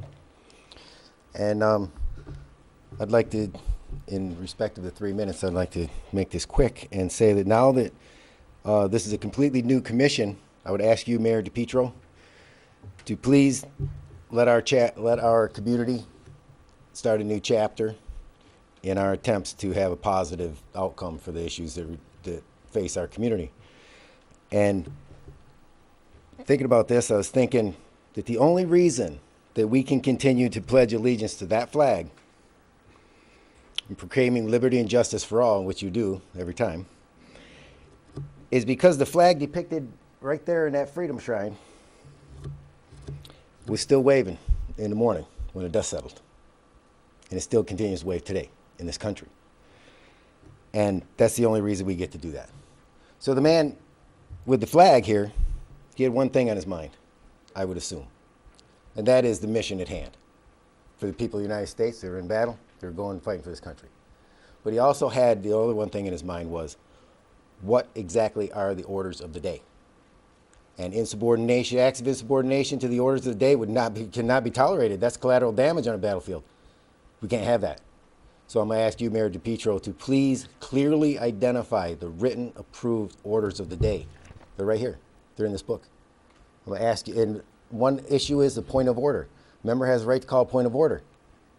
It's the chair's responsibility to read the rule as it exists, as it is approved in writing. And that creates a precedence. It is then printed in the minutes, and it creates precedence. You can then go back to that. Every time you call a point of order on your issue, and he called a point of order on his issue, it would be in a file, and he'd be right on his computer right there. And he'd say, you want to know what lay on a table is? This is the precedence. It was already discussed, and it was already right there read. It becomes the order of business in the orders of the day. 1 minute left. Thank you. Because, actually, this is my general comment, and I'd like to reserve time on item 8 and item 14, the rules of procedure and the relationship with boards and committees. And this is real important. And there's another issue, and that is that Marquette County is working on a suicide prevention program for this community. And I would ask your permission to allow Chief Belt to be involved in the section of the program that would be involved in helping first responders, police officers that respond to these tragedies, not to be at risk of their own mental and emotional stability, in which they would then be at risk of the same of committing suicide, which would be very tragic. And but it's on the agenda for Marquette County Board tomorrow. It's pending on the board agenda, so I would ask you to please get involved with that. Thank you. You said you want to speak on 8 and 14. Okay, thank you. Thank you.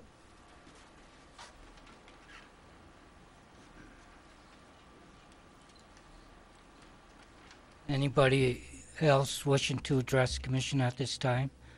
Please give your name and your physical address. Thank you. Amy Conover, 419 North 4th Street. I would first like to thank Mayor DePietro for the moment of silence earlier this evening. I was looking at a map a little bit earlier, and the town of Newtown, Connecticut, kind of hit a little bit close to home. My son was born in Waterbury at a time when his father was working in Danbury, and Newtown on the map is right in the middle of that daily commute.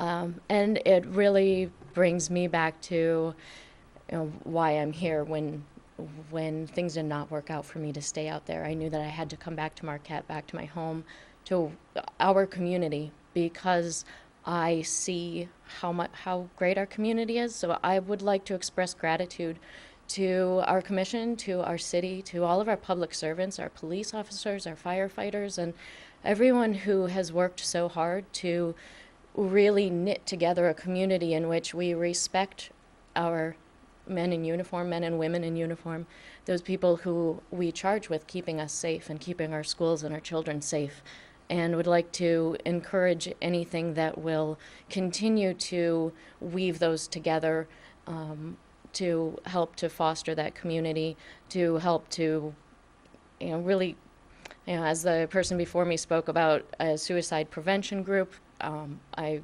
love hearing about things like that are happening. Anything that's being done that can help our community members who have mental illness is also really important.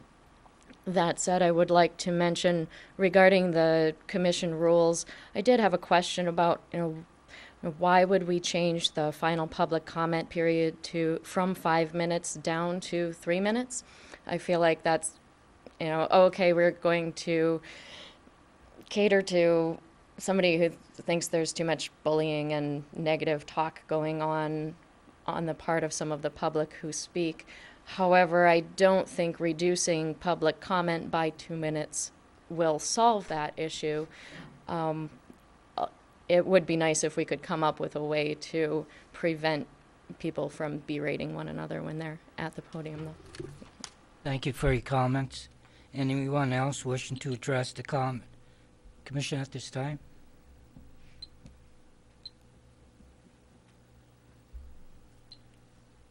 Go ahead.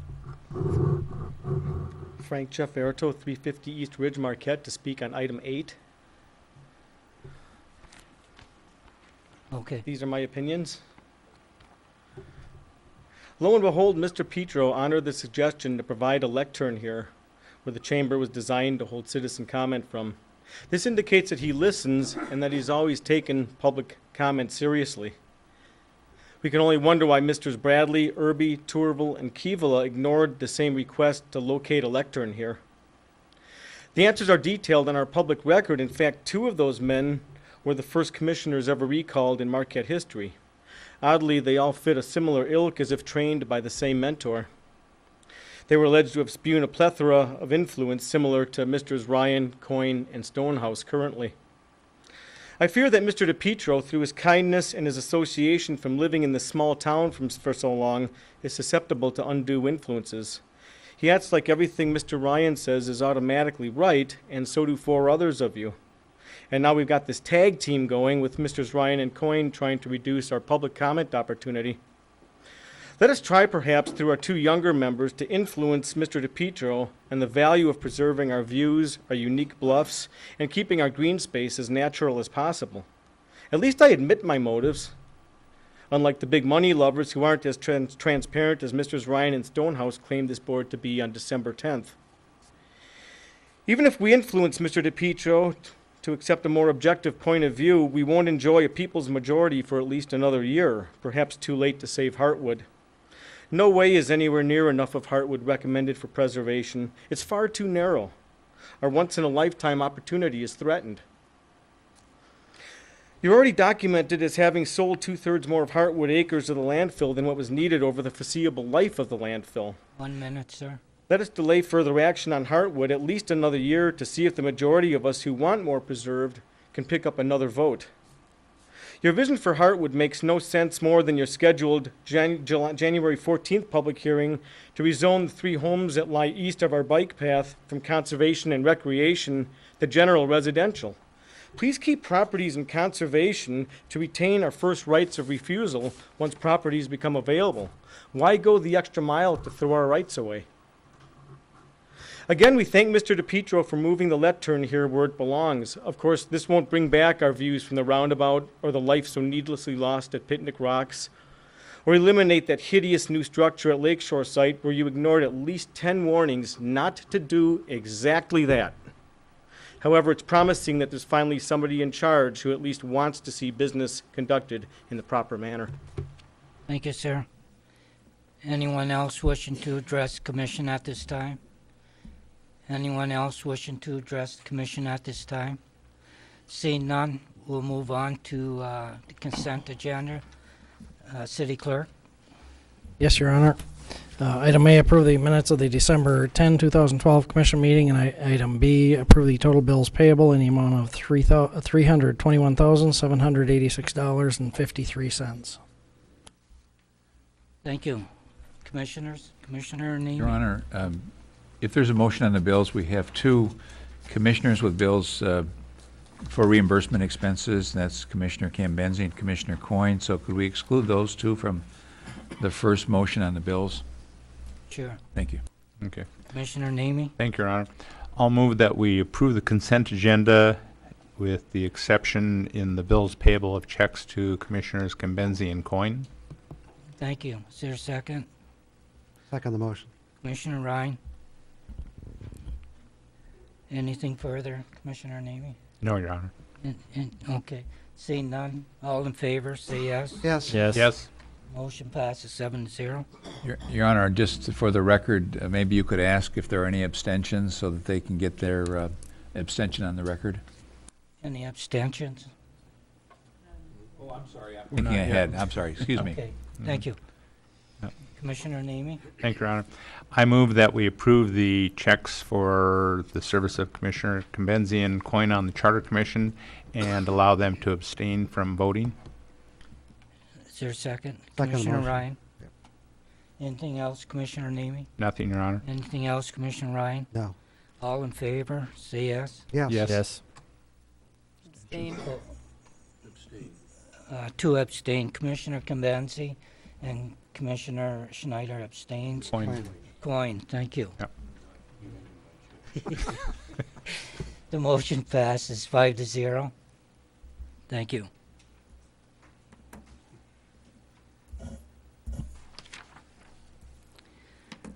At this time, we'll go to unfinished business. Number 8, City Clerk. Yes, Your Honor. Background Commission Rules of Procedure. Each year, the Commission adopts rules of procedure to help the Commission run an efficient meeting and to deal with the public and the media in a positive manner. Suggested changes were brought forth at the last City Commission meeting to correct for clerical errors and to be consistent with current practices of the Commission and changing technology. The suggested changes have been made and attached for review. Fiscal effect none. Recommendation: adopt the City Commission rules of procedure as revised. Alternatives as determined by the Commission. Thank you. At this time, is there anyone wishing to address the commission?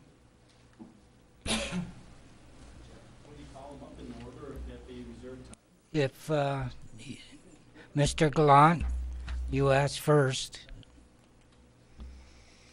Thank you, sir. James Gallant, Scandia. I guess I would like to start out by giving you my recommendation first. That should be actually come at the end, so just so we don't get confused on the subject. I'm going to ask you, Commissioner, Mayor DePietro now, I guess, to determine the three motions that you have pending now. There's three motions pending. They said that he just called them suggestions. No, you have a motion that was seconded. You have their pending motions, main motions pending, three of them. I would ask you to determine those null and void under the rule, page 342, line 10, improper motions, because under the fundamental principle that the commission is only allowed one question at a time. And the question is reaffirming the rules. That's the question.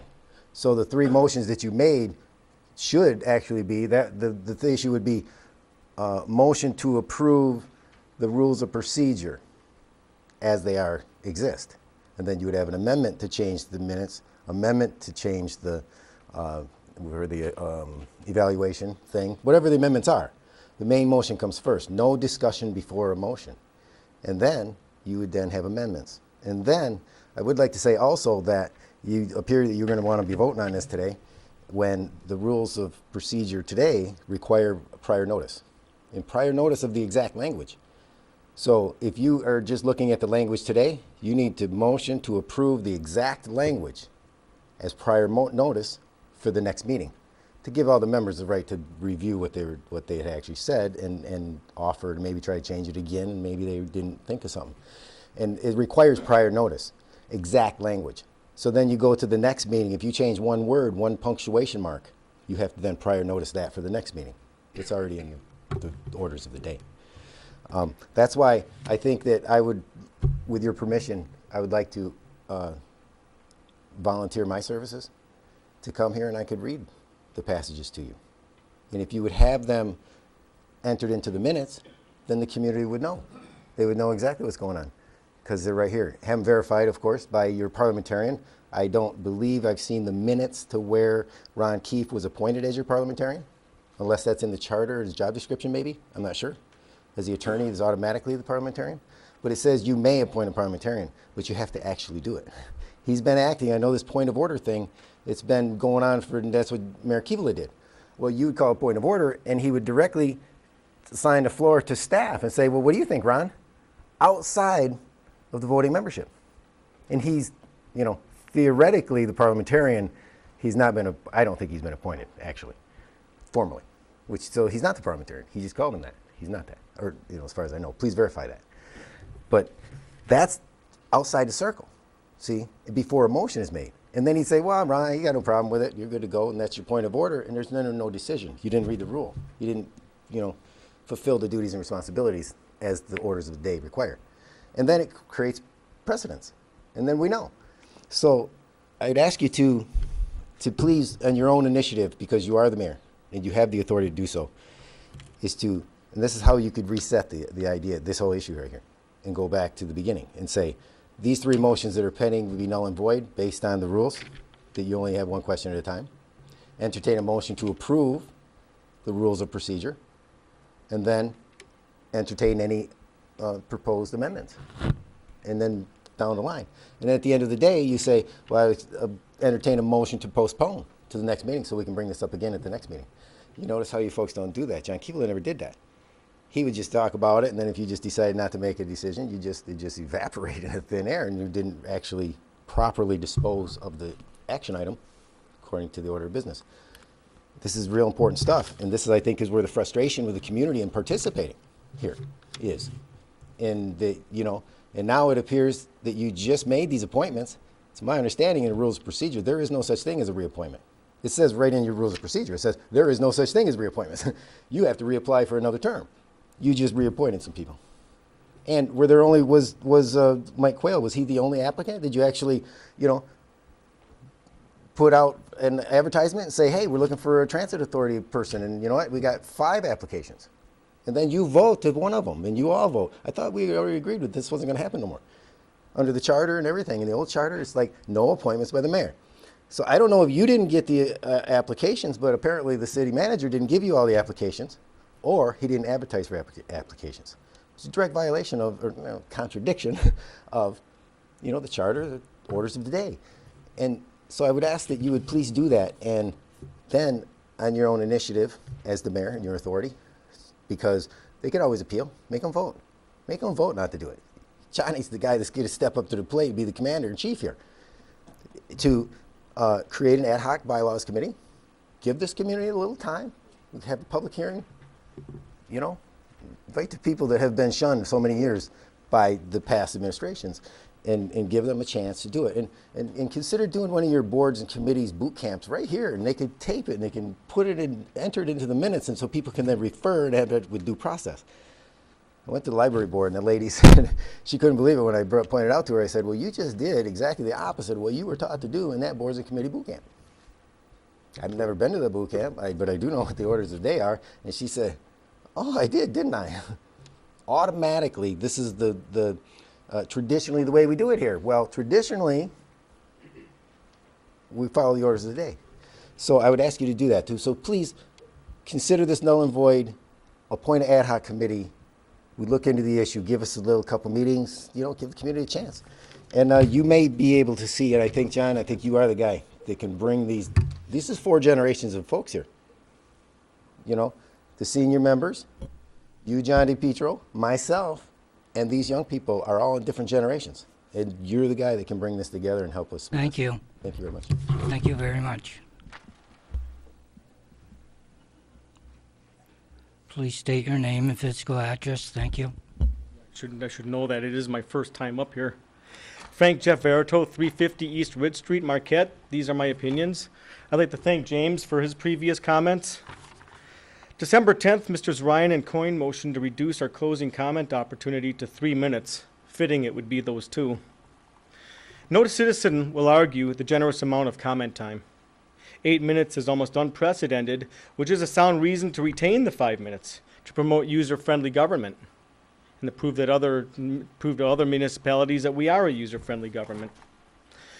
What some of you are likely not aware of is that Mr. Bradley and Irby attempted a similar ploy on December 13, 2004, and that on November 12, 2007, Mr. Tourville single-handedly sought to reduce the time for us to speak on agenda items from reasonable length as it is now to a 3-minute maximum. Bradley and Irby's 2004 motion failed on a 5-2 vote, and in 2007, nobody even motioned to put Tourville's baseless suggestion to a vote. In other words, of the 14 members who were put to a time reduction test, only 3 were in favor. 3 of 14. I agree that 3 minutes is generally enough time to make a point. However, on complex issues that require research, 3 minutes isn't always enough to convey even the essentials. You risk missing valuable insight, not that those before you cared. Seldom do enough citizens comment to present a time factor. Surely if a torrent of participants wish to speak, you'd have to make adjustments. This isn't the case, as so few people use the closing comment slot. Before reaching your vote, please add up the minutes you'd save. Tonight presents a third case where members who don't honor citizen input are trying to shove a reduction through by trying to deceive the newer members. The truth behind the madness is that they want the time reduced because personal accountability is often assessed against them during the threatened 2 minutes. Bradley called the 2 minutes, quote, a tremendous waste of time, but not accounting for future citizens who might need the 5 minutes. He said, quote, shortening the slot would make the meeting run much more professionally and the commission would make better decisions. His quote is ludicrous because closing comment occurs toward the end of our meetings. The agenda decisions are finished at that point. This logic makes no more sense than tonight's suggestion. In fact, all the aforementioned members are of the same mentality. Please keep in mind that 2 of them were recalled. Considering the low participation, especially during citizen comment, it's obvious why Mr. Coyne and Ryan seek to reduce the time, and the reason is standing right here. They simply lack the guts to address citizen concerns or to take me up on the promise that I'd leave voluntarily if anyone can demonstrate that my input is generally wrong. They won't do so because they realize they're unable to. Hence their underhanded attempt to spare themselves at least 2 minutes of due criticism. All previous commissions felt that good citizens deserve the 3 and 5 minute general comment opportunities. Again, no one will complain about the generous amount of time. Yet the fact remains that general comment is underutilized, in part because previous commissions have led us to believe that we cannot make a difference here. So why bother? Anyone who votes to reduce our opportunity lacks public orientation. As pitifully as our 2004 and 2007 commissions performed, even they knew better than to compromise their public opportunity. Thank you, sir. Anyone else wishing to address the commission at this time? Seeing none, commissioners, what's your pleasure? Commissioner Snyder? I would like to move that we adopt the City Commission Rules of Procedure as revised with one edit, and that is that the initial public comment section is 5 minutes. Support. Thank you. Commissioner Schneider, anything further?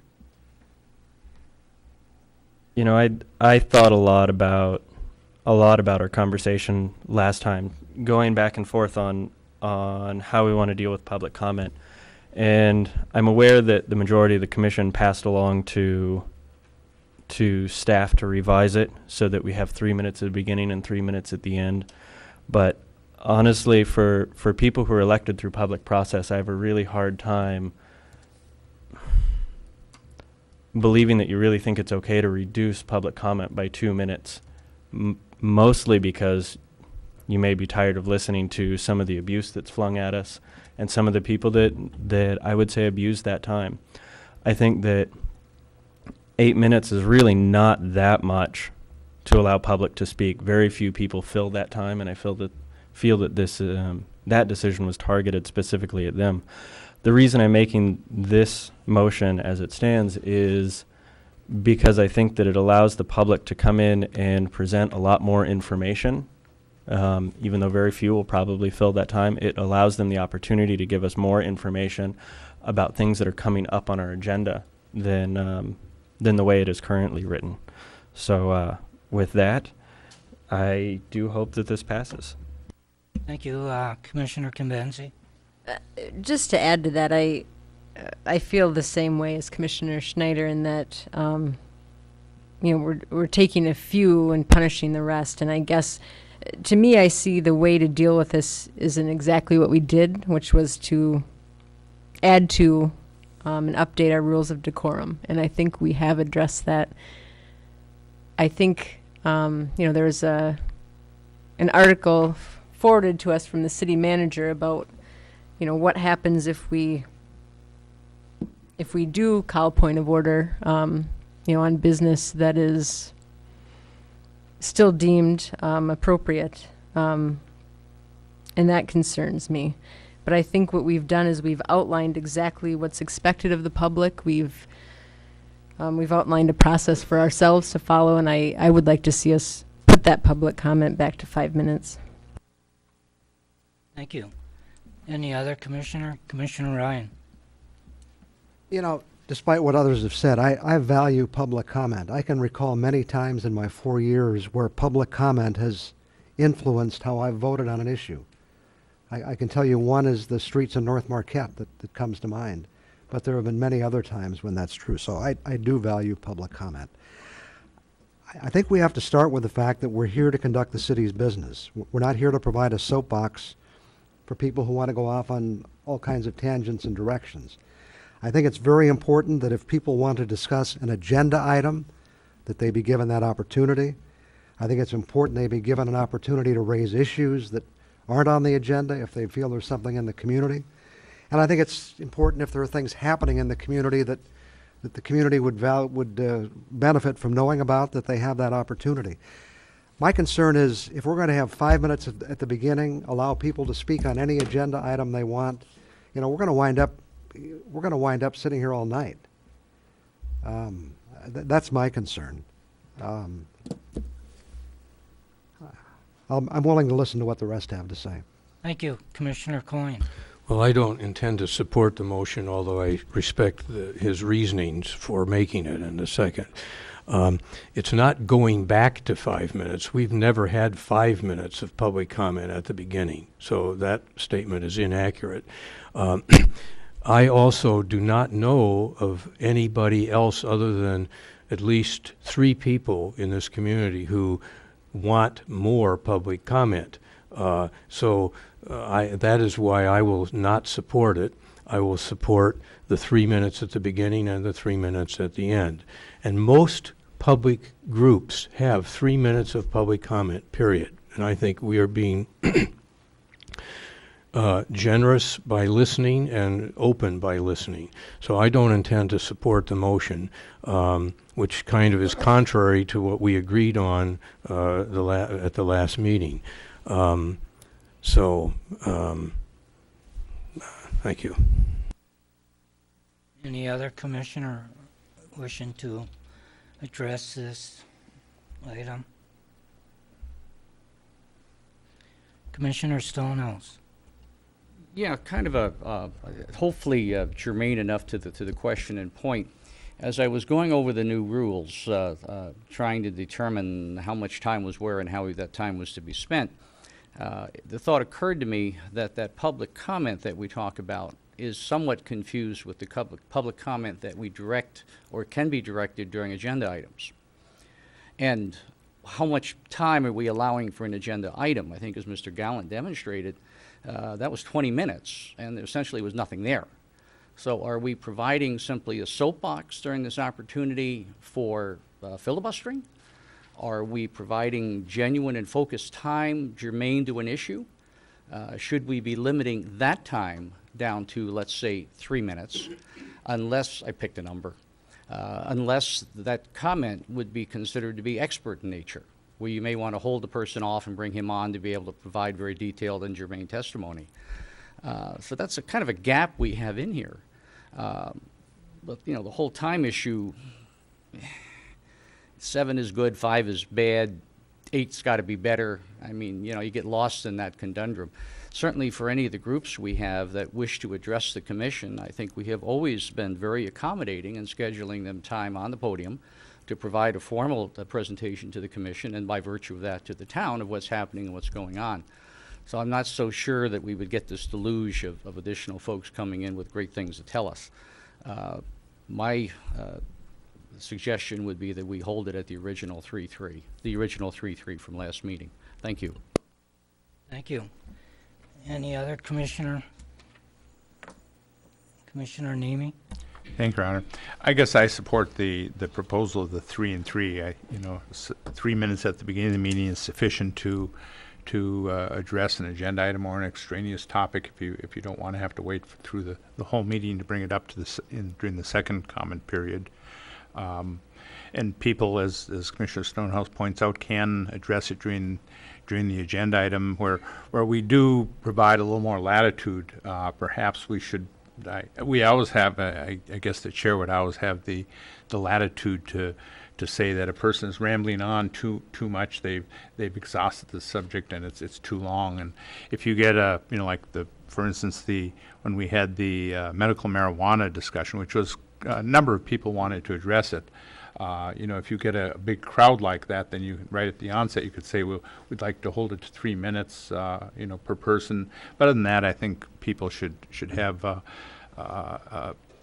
informal amount of time to address the topic of their interest. But I would support the proposal of 3 minutes and 3 minutes. We've had 3 minutes and 5 minutes. 5 minutes has proved to be problematic, and I think it's a good thing to try at this point. We can change the rules at any time if it is a real problem for the public or anyone else. Okay, thank you. Any other commissioner? Seeing none, we have a motion. City Clerk, could you read that, what Commissioner Snyder had wanted to add back on there? Was that the first 5 minutes? Correct. The only change to the motion to adopt the rules of procedure have been presented were to amend the first public comment section from 3 minutes to 5 minutes. Okay. There's a motion by Commissioner Snyder, seconded by Commissioner Kimbenzi. All in favor, say yes. Yes. Opposed? No. No. Motion's defeated 5-2. Commissioner Coyne. I'd like to make a motion that we adopt the City Commission rules of procedure as revised. Is there a second? Okay, Commissioner Stonehouse. Commissioner Coyne, anything further? No. Commissioner Stonehouse? No. There's a motion on the floor. All in favor? Commissioner Snyder? I do have a few comments, obviously, that I'm not in support of this motion. And I don't think I'm going to make any arguments that's going to persuade people. But I will say that it's frustrating to listen to people that I have a lot of respect for, and I do have a lot of respect for working with all of you, to hear the language of valuing public comment. You don't want to limit anybody's ability to speak. You encourage public participation. These are all things that I've heard from the commissioners who are going to support this. And yet this vote specifically is to reduce the public speaking time by 2 minutes. And that's very frustrating to hear. Thank you. Commissioner Ryan? You know, I just have to say it again. I challenge you to find any place, even with these rules, that has more liberal opportunities for the public to participate in the meetings than this commission does. People can speak before the meeting, they can speak during the meeting, and they can speak at the end of the meeting. I don't think you'll find any place that has, and I would challenge anyone to tell me where they are if they can find them. Furthermore, you know, this is public comment. This is an opportunity for people to provide information to this commission. They're also free to contact us individually. They have our phone numbers, they have our emails. Most of us are willing to meet with people, and we do. They can write us letters. The city manager has office hours. There are all kinds of opportunities for people to contact this commission. And I challenge you to find anybody who has been turned away from this commission to make a public statement and hasn't had adequate opportunity to do that on any issue, except the people who show up all the time and talk about the same issues over and over and over and over and over. The view from the roundabout, the people that drown, the same issues we've heard about many times coming out of the same mouth. It's the same story every week or every meeting, so. Commissioner Coyne, or Stonehouse? I would comment too, just to add to that a little bit, since the issue of medical marijuana was brought up. I remember during the huge testimony that we had on that, the number of people we had from out of town, and I mean Lantz, Beriga, Houghton, I think we even had a couple up from Escanaba, and this commission was very welcoming and very willing to sit down and listen to all of them. So the argument that says somehow because we have 2 less minutes of which someone as an individual can stand at that podium is somehow lessening public comment and public input to this commission, it defies explanation. And I'll go back to my counter argument of, wait a minute, if 5 is good, 7 must be absolutely fantastic, and we got to go get 9. And let's work on 10 next year, because that's the slope that you start falling down. It isn't the time that people spend, it's the quality of the time. Is that enough to develop a thought and an idea? And you know, even a little differently on this. This is one of the few groups I've been in where people are here early. If you want to buttonhole a commissioner, you probably can walk in this room at 7:30 or 6:30 and find one and sit down and talk with them. or pick up the phone and talk with them any way you wish to. I mean, it's absolutely wide open. So again, I've said enough, and we need to move on with the question. Thank you. Thank you, Commissioner Kimbenzi. One last comment, and I will vote for this because it's going to get defeated. But I do want to say that what we have done as a commission is we have taken the minority and made it a rule for the majority, and I don't agree with that. Thank you. There's a motion by Commissioner Coyne, seconded by Commissioner Stonehouse. City Clerk, could you read that so we're all on the same page, please? The motion is to adopt the rules of procedure as presented. Okay, thank you. So with that, I'll ask the question. All in favor, say yes. Yes. Yes. Opposed? No. Motion passes 6-1. Show Commissioner Snyder as opposing. At this time, we'll go to new business. Number 9, report and recommendation from City Manager. City Clerk. Yes, Your Honor. Great Lakes Beach Monitoring Grant Contract Agreement background.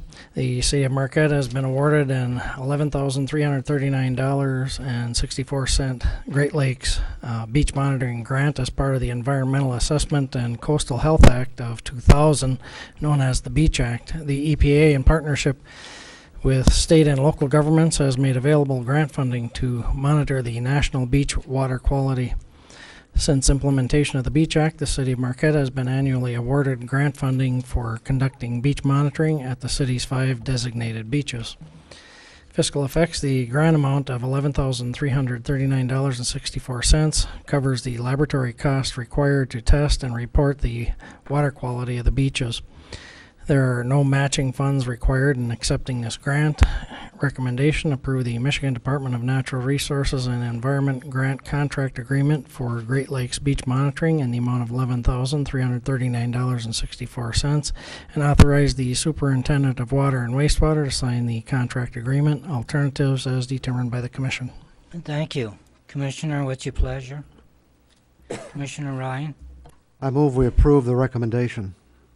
Is there a second? Reserved. Commissioner Snyder? Commissioner Ryan, anything further? Just one question. It says the Michigan Department of Natural Resources and Environment. I'm not sure that's still a department of the state.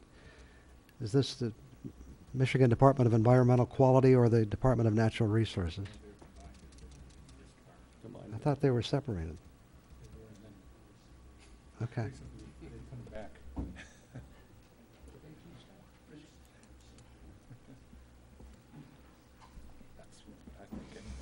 Yeah, it's Michigan Department of Environmental Quality. Okay.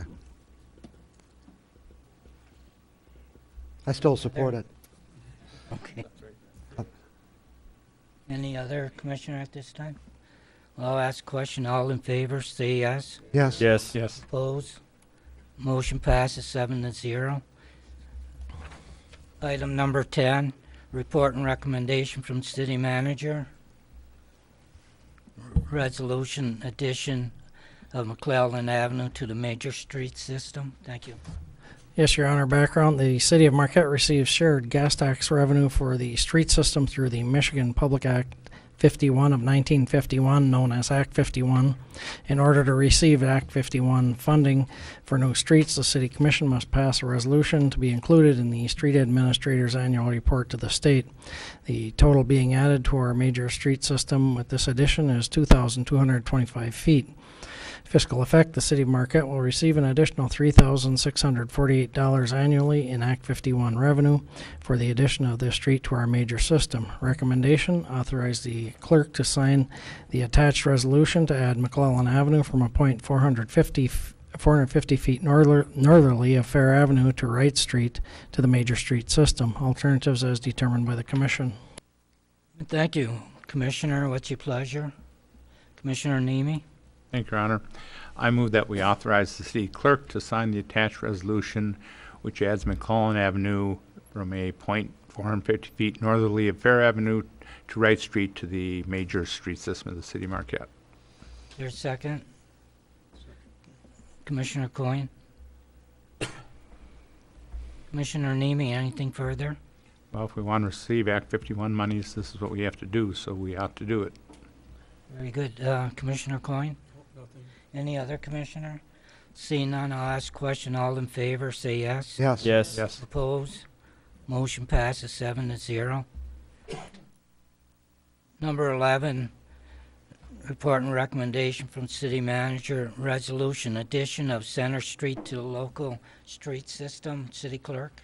Yes, Your Honor. Background, the city of Marquette receives shared gas tax revenue for the street system through Act 51. In order to receive Act 51 funding, new streets, the city commission, in order to receive Act 51 funding for new streets, the city commission must pass a resolution to be included in the street administrator's annual report to the state. The total being added to our local street system with this addition is 205.30 feet. Fiscal effect, the city of Marquette will receive an additional $86 annually in Act 51 revenue for the addition of the street to our local system. Recommendation, authorize the city clerk to sign the attached resolution to add Center Street from a point 276.84 feet easterly of West Avenue to McClellan Avenue to the local street system. Alternatives as determined by the commission. Thank you. Commissioner, what's your pleasure? Commissioner Ryan? I move we authorize the city clerk to sign the attached resolution to add Center Street from a point 276.84 feet easterly of West Avenue to McClellan Avenue to the local street system. Thank you. Is there a second? Commissioner Nemi? I'll second the motion, Your Honor. Thank you. Commissioner Ryan? Well, it's kind of like the penny saved is a penny earned. We all kind of snickered at $86, but it's all important to the city going forward. So it's important we take this step. Thank you. Commissioner Nemi? The way the federal government calculates that, that's $860 in the next 10 years. That's true. So I support it. Thank you. Any other commissioner? Seeing none. All in favor, say yes. Yes. Yes. Yes. Opposed? Motion carries 7-0.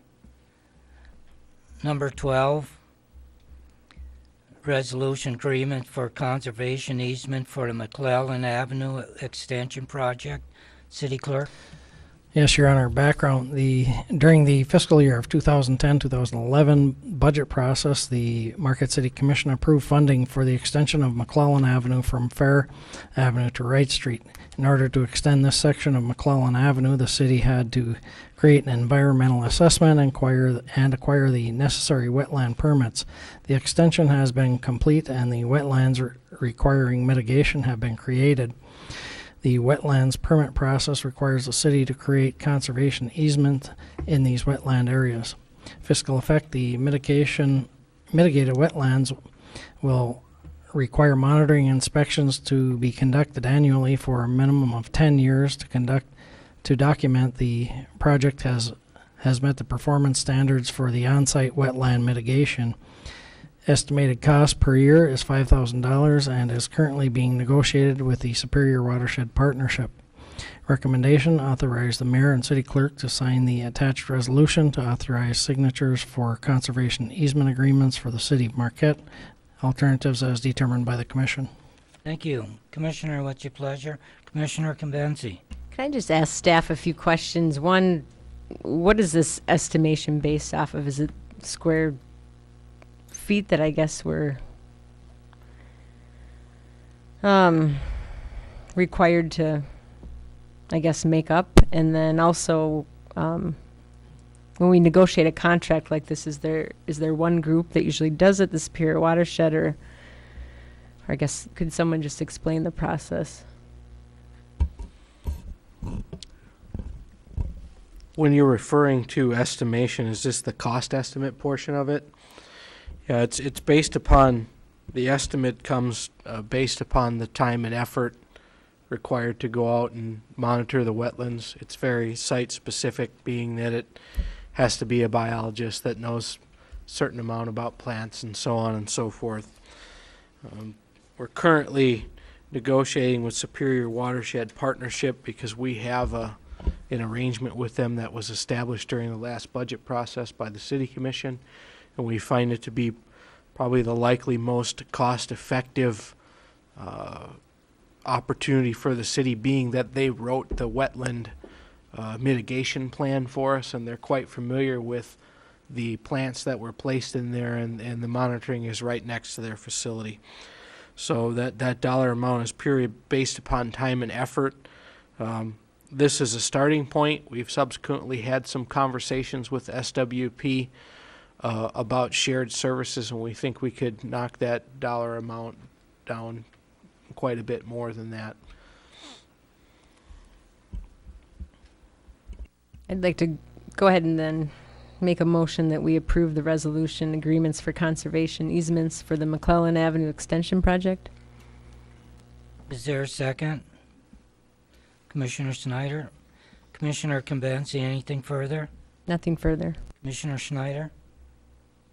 Nothing additional.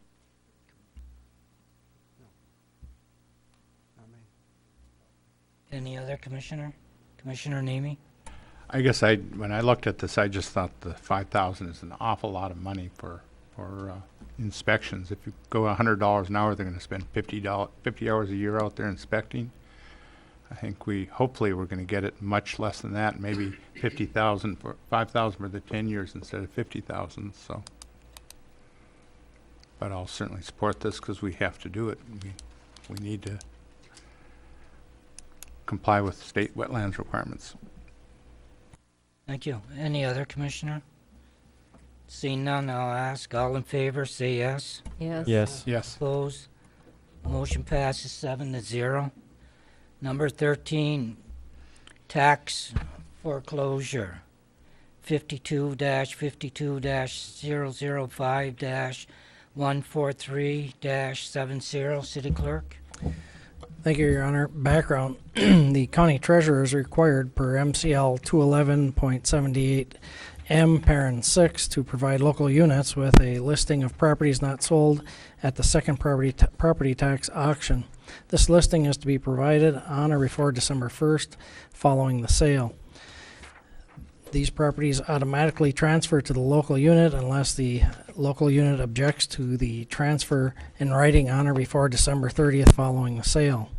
The property identified by parcel number 52-52-005-143-70 did not sell at the second property tax auction by the County of Marquette. See the attached letter dated October 19th, 2012 from the Marquette County Treasurer. The city attorney has reviewed this issue and has recommended that the city object to the transfer for the reason that the automatic transfer of the parcel to the city would result in substantial staff time and expense to fix title issues. Fiscal effect: the unrealized revenue through potential chargeback by the county for delinquent taxes previously remitted to the city as follows. City operations, $8,409.54. Senior millage, $113.28. City special assessment, $36,269.75.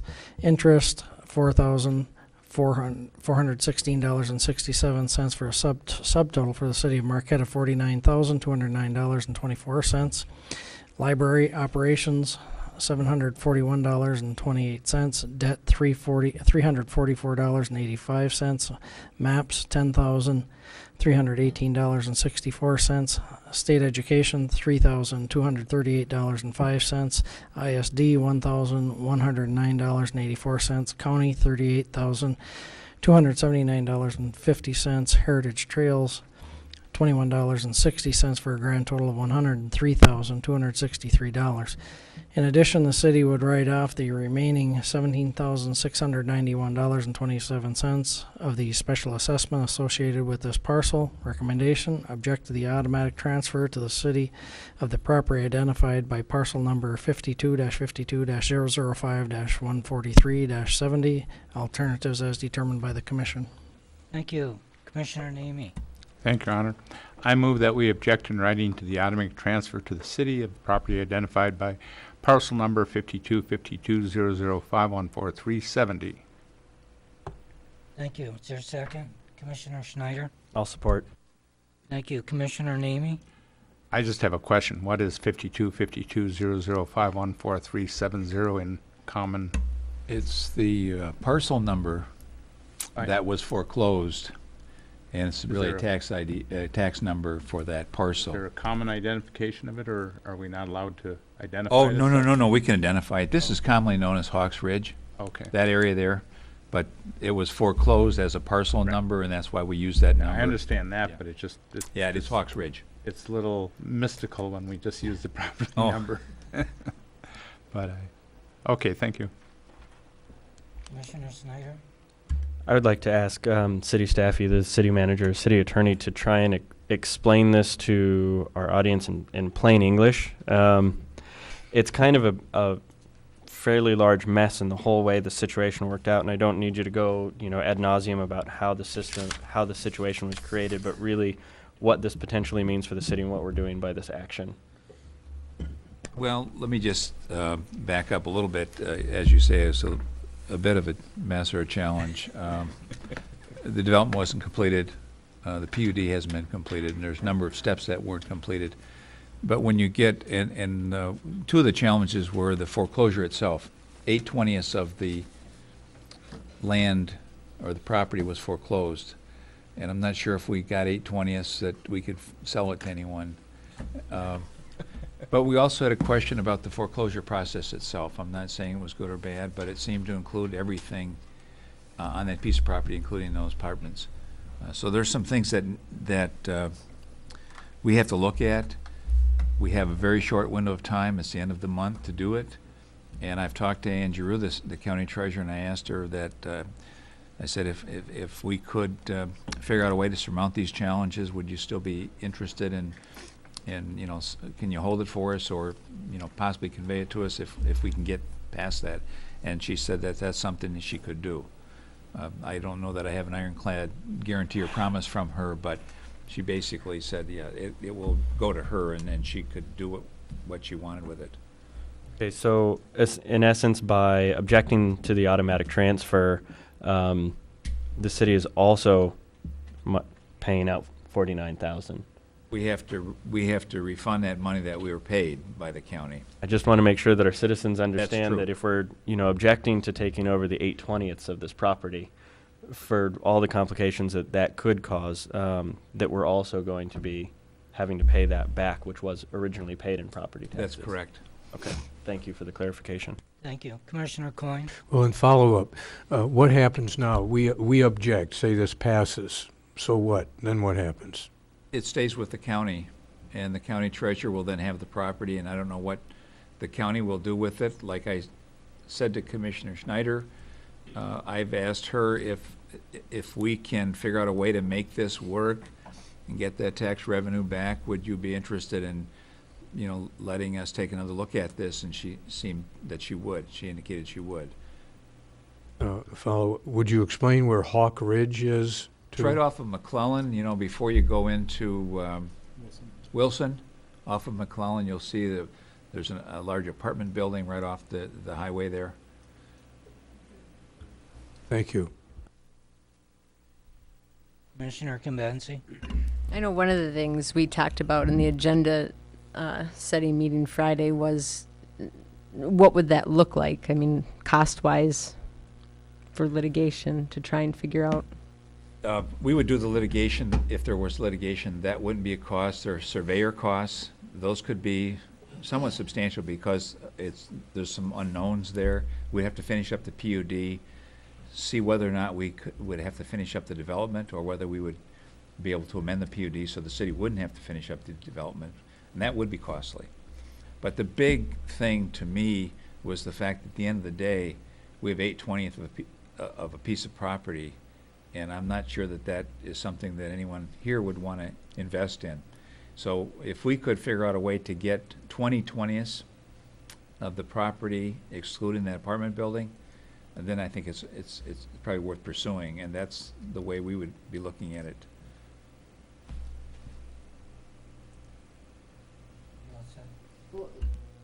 So is that what the motion is basically made to do, is let us look at that, or no? Are we just making a motion to get rid of it? The motion has Motion's to to, object and I in think writing. is to object because the statute requires us to object in writing by the end of this year. Otherwise, it is ours. if I'm understanding the commission, that there may be some interest in looking at this, if we can figure out a way to get it and make it work, then we'll pursue that without a motion. I guess I have one more question, and that is, how much land is with this property?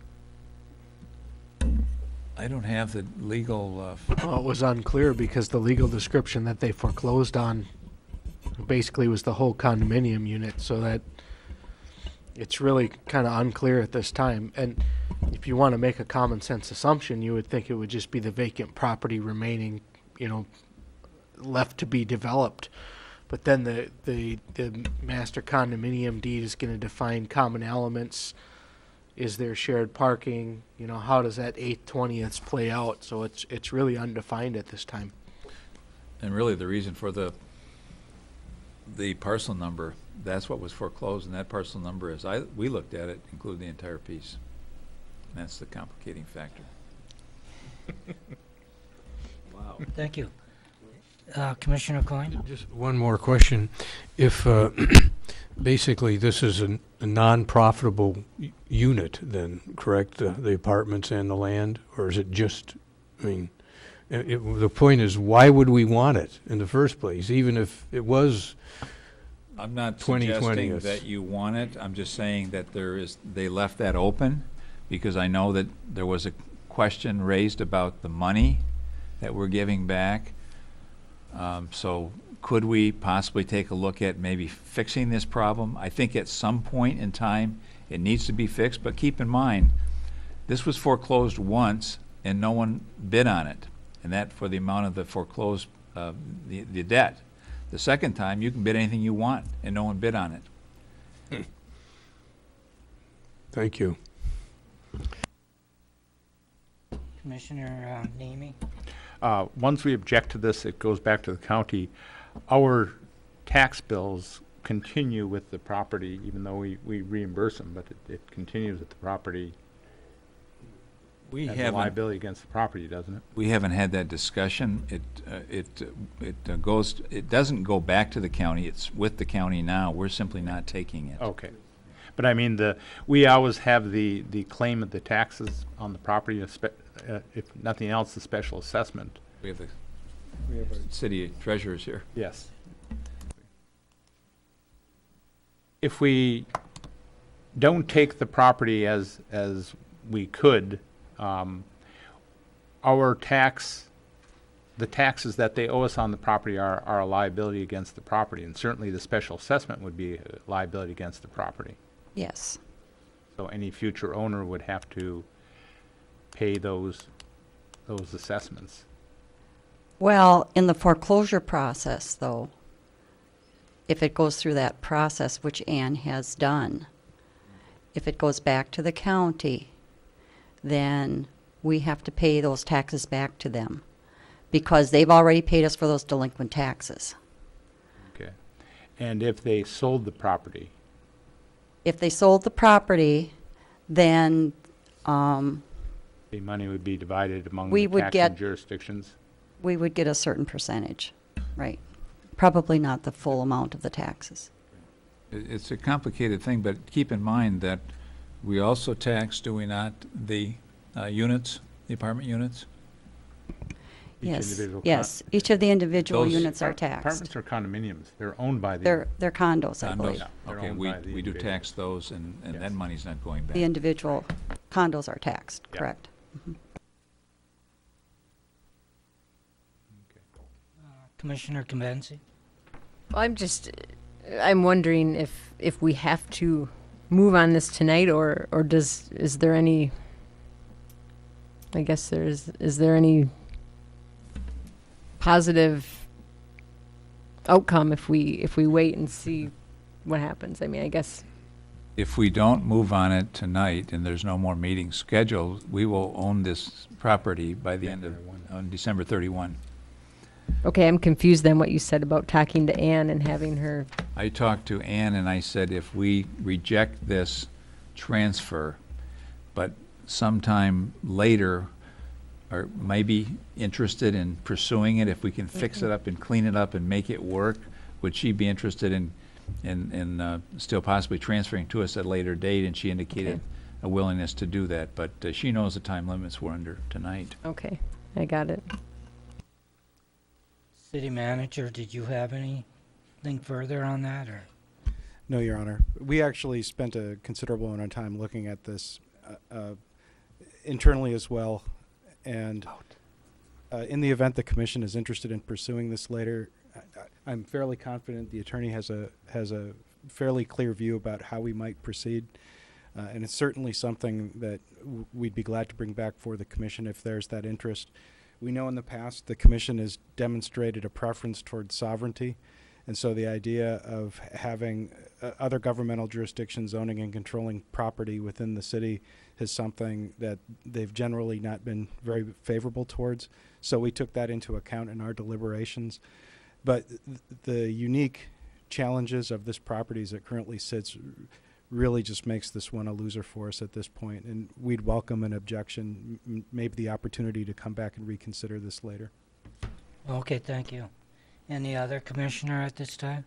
Commissioner Stonehouse? Let me offer the astute observation that I recall from the past 4 years of being on the commission, that the commission, I think, kind of reluctantly decided that we were not developing agencies, that we don't do a good job on private development, and that the best thing we could do is kind of run from this as quickly as we can. And, do what we can from the tax side, but not get in the business of trying to be a developer. Thank you, Commissioner Stonehouse. With that, we have a motion by Commissioner Nemi, second by Commissioner Snyder. All in favor, say yes. Yes. Yes. Yes. Opposed? Motion passes 7-0. Number 14 is a addition to this agenda, and I believe this is set a working session to discuss working relationships with advisory committees or city boards. Is that correct, Commissioner Snyder? That's very close. Well, actually, I was hoping that we could discuss the purpose of every one of our subcommittees this evening.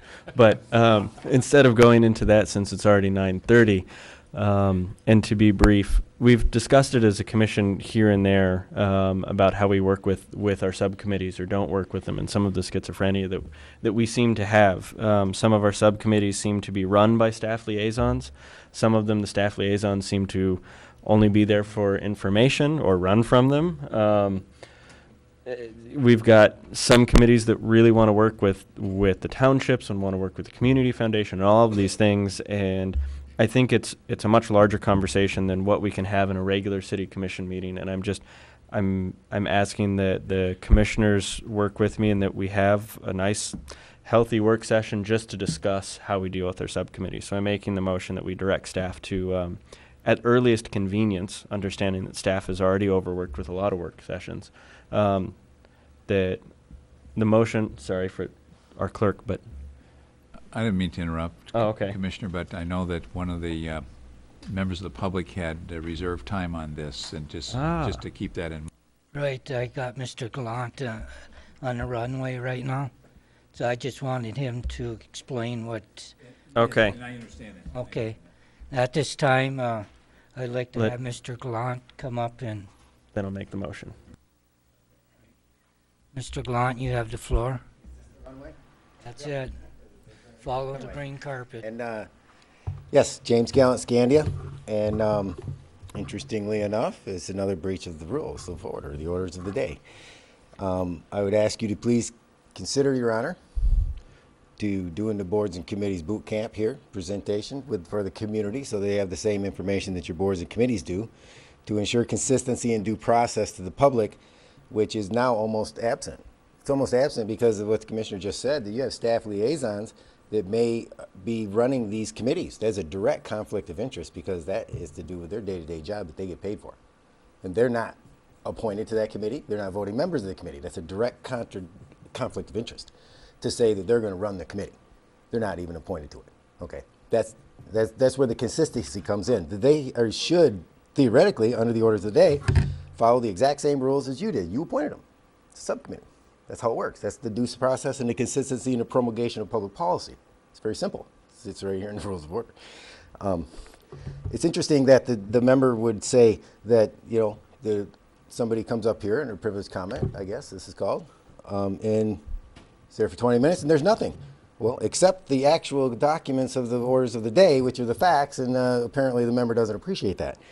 But I would ask you to please do an ad hoc committee on this one too, so that we can get down to the bottom of this.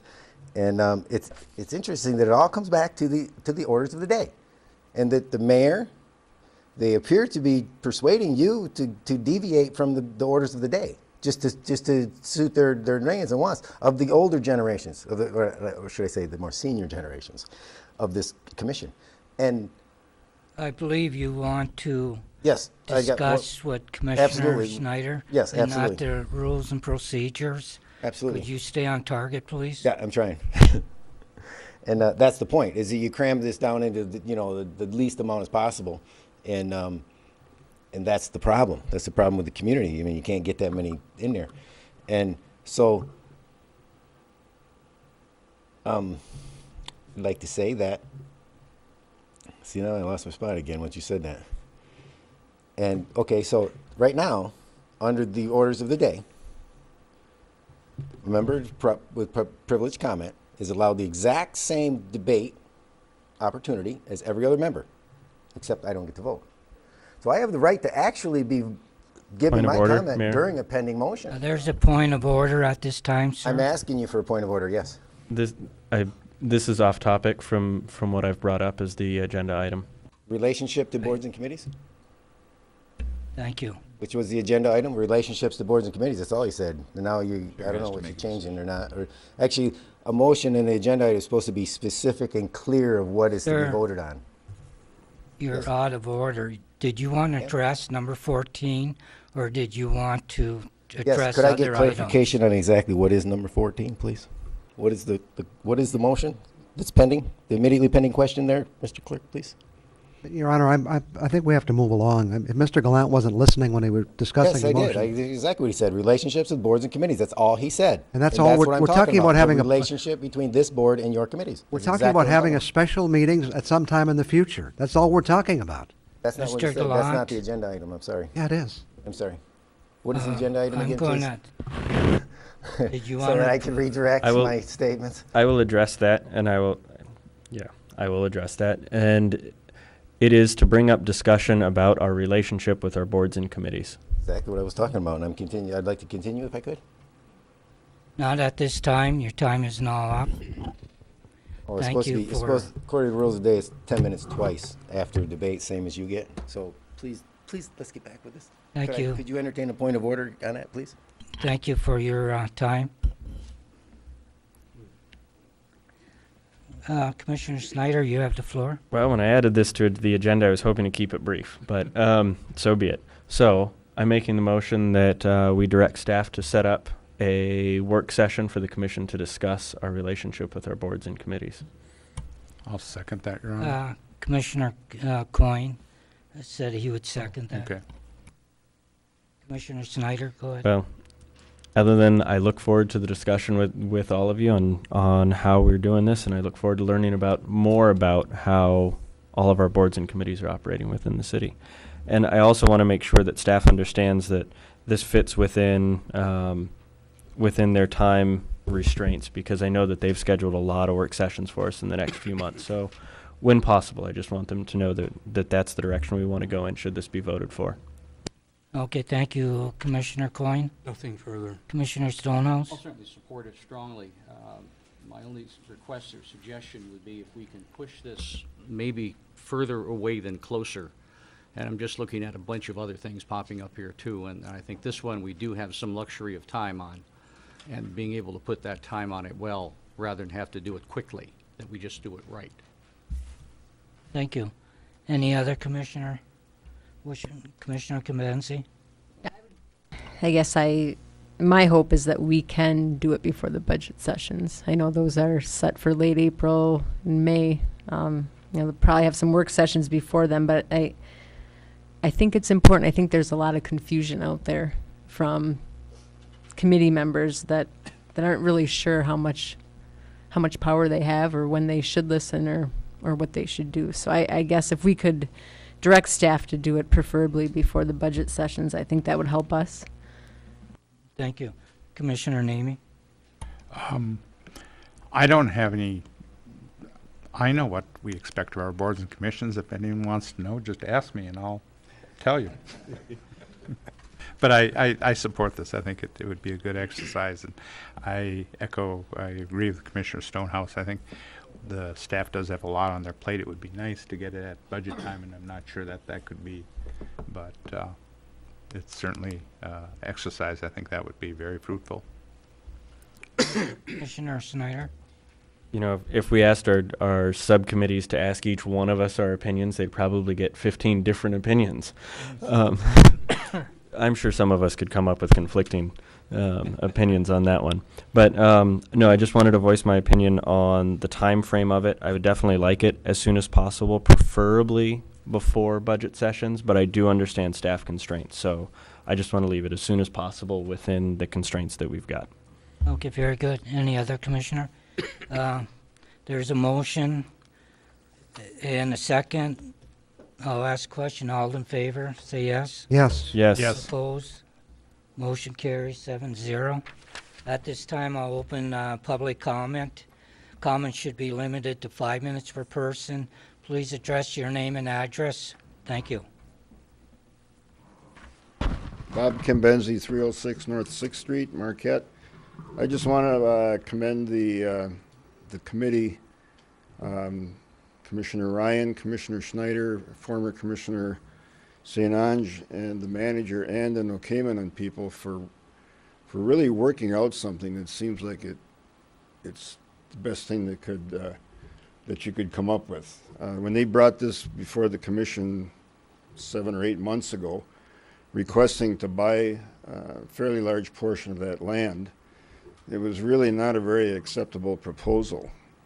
And I've heard from many people since then that don't think that any of the land that's in the recreational area down there should be sold, but working out partnerships with people like the Nokemen Trail Network, everybody's a winner because it leaves the remainder of the land available and open to all kinds of recreational groups. And I think one of the concerns was when the NTN came here was they were the trails people. And if that land was sold to them a year ago, it could have shut off a substantial portion of recreational land that would have been landlocked by that. So congratulations, I think you got a winner, and I think whatever comes of this will work out good for the community.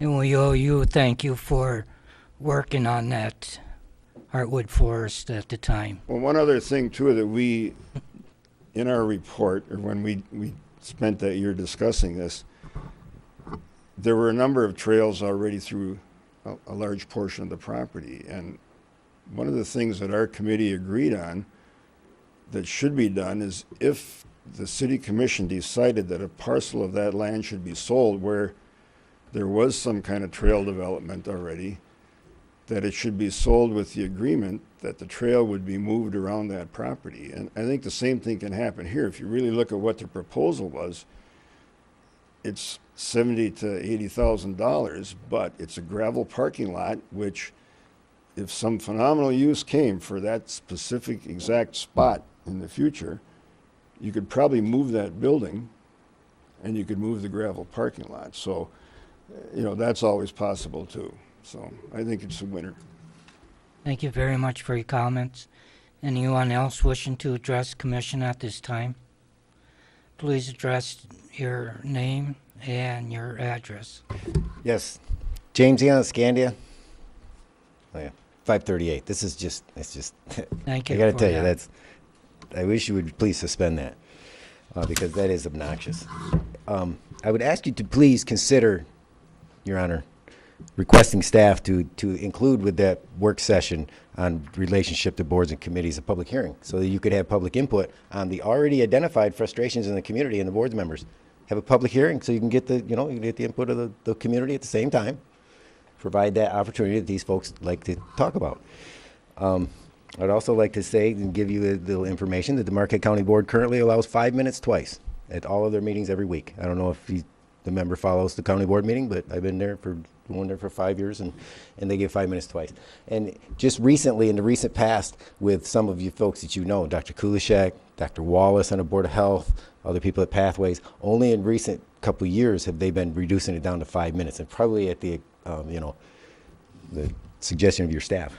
But one other issue is that it's my understanding, in talking to the mayor before the meeting, that the City of Marquette has entered into a resolution with the Department of Human Services, Child Protective Services, concerning a complaint that was filed and for child neglect committed by this board.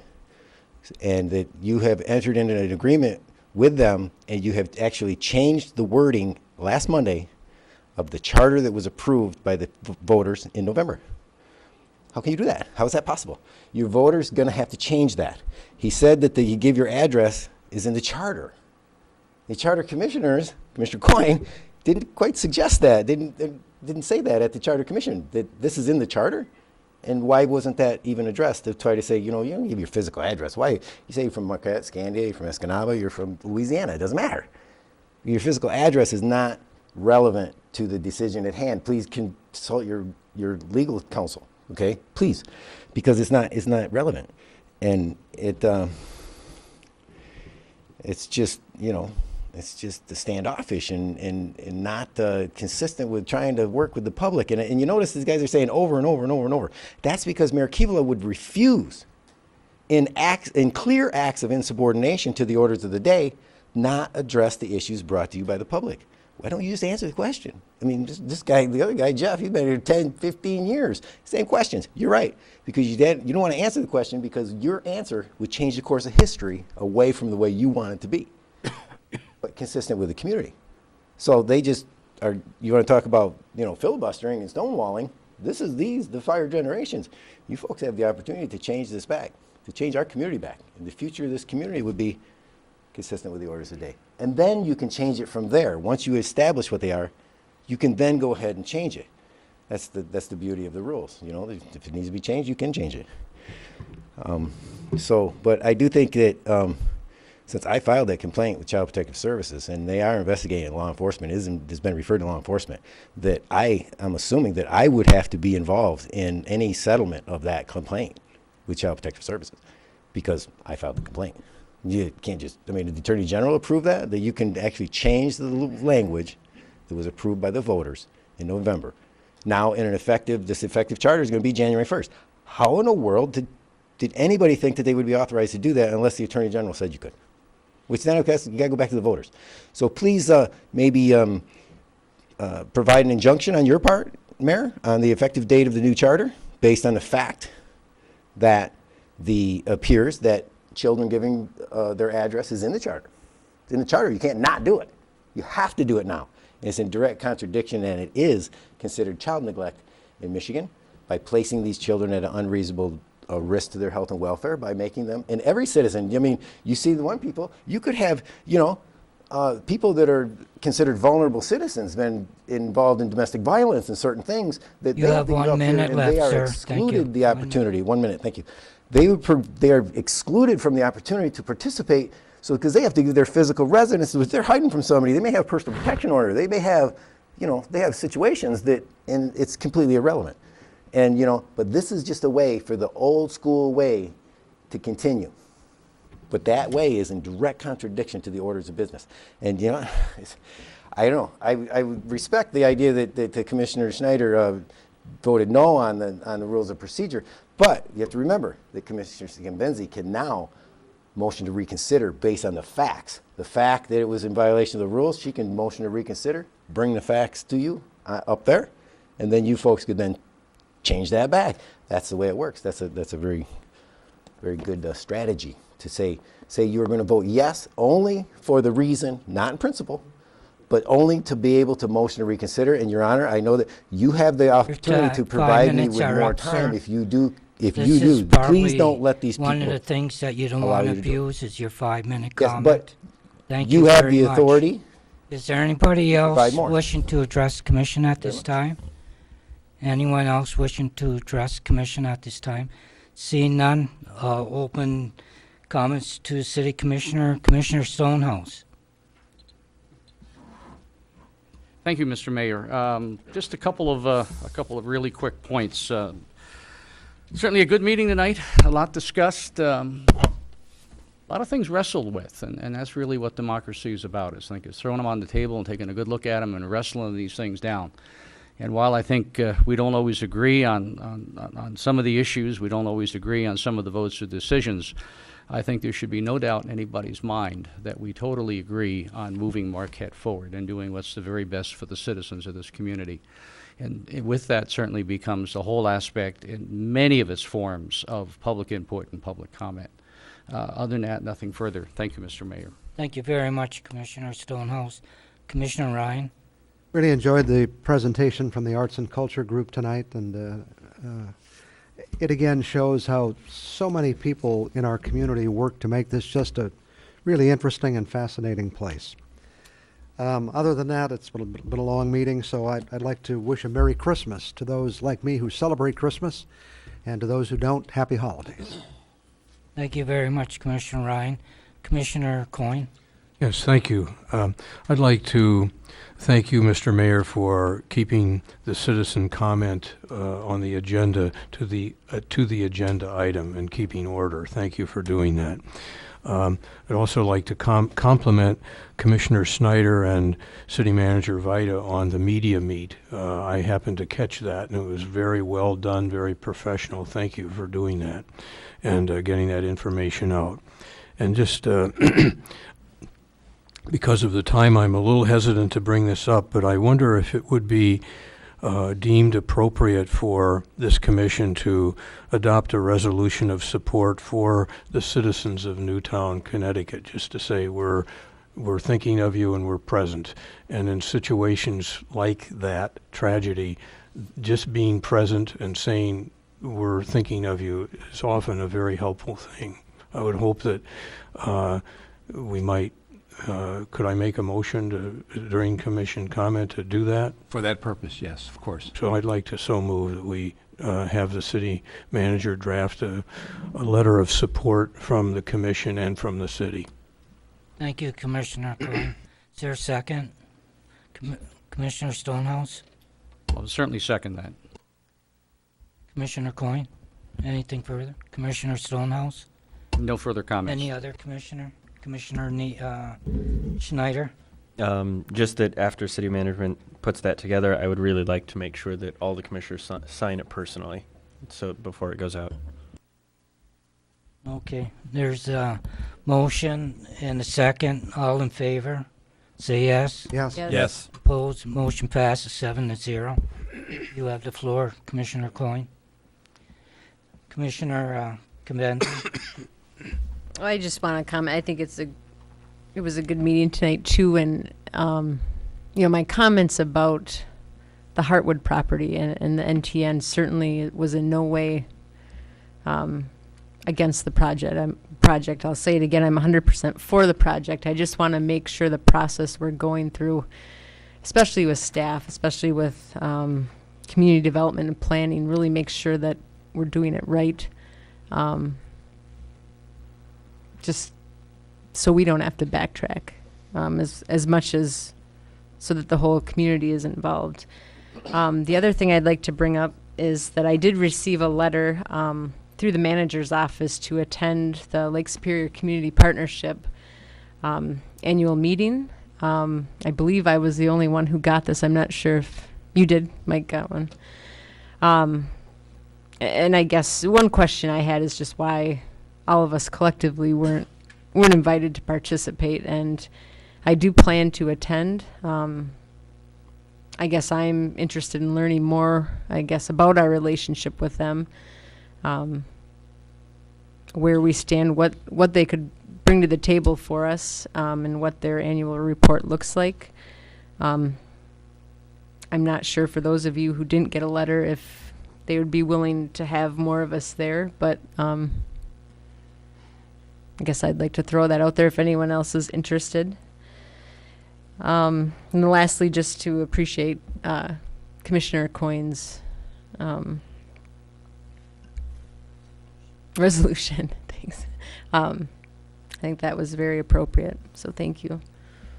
Thank you, Commissioner Kimbenzi. Commissioner Schneider?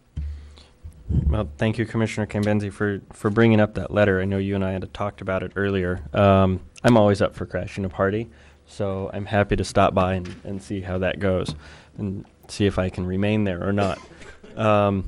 On that note, we've had a really good conversation. That's the last two meetings now, we've had some really good conversation. I know that there's some disagreement, but you know, for the most part, that disagreement was actually really small. You know, it's a pleasure working with all of you, even though we do disagree on some things, and on the vast majority, we do agree.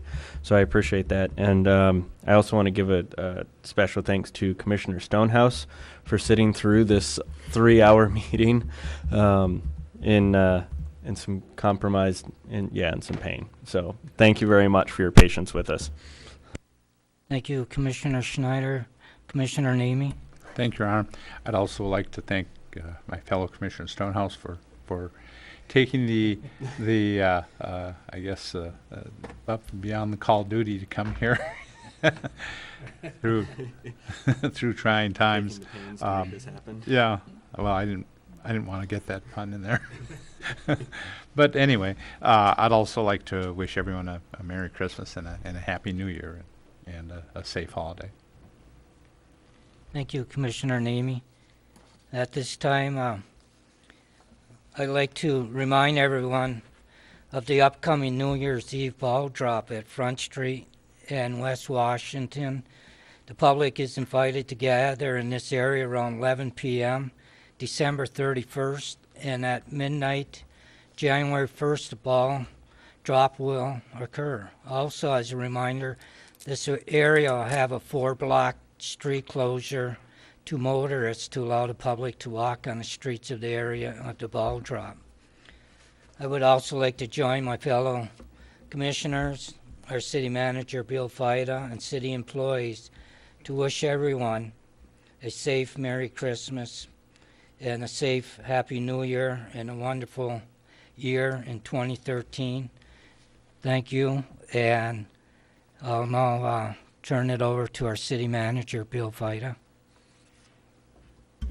Thank you, Your Honor, and I'll keep this short. It's been a very good meeting, and we appreciate all of the leadership and consideration this has received. We certainly take all of the guidance we heard tonight to heart, and we'll move forward, I promise you, promptly. I'd like to remind everybody that over the holidays, we are going to be operating on slightly different hours at City Hall, so if you're planning on coming down for a visit, please give us a call first or check the city website to make sure that the offices you're interested in visiting, that you're aware of their hours and that will be available. And with that, Your Honor, nothing more to add other than, as Commissioner Ryan had pointed out, a Merry Christmas, and for those who don't celebrate that, a Happy Holidays. Thank you. Thank you, and with that, we're adjourned.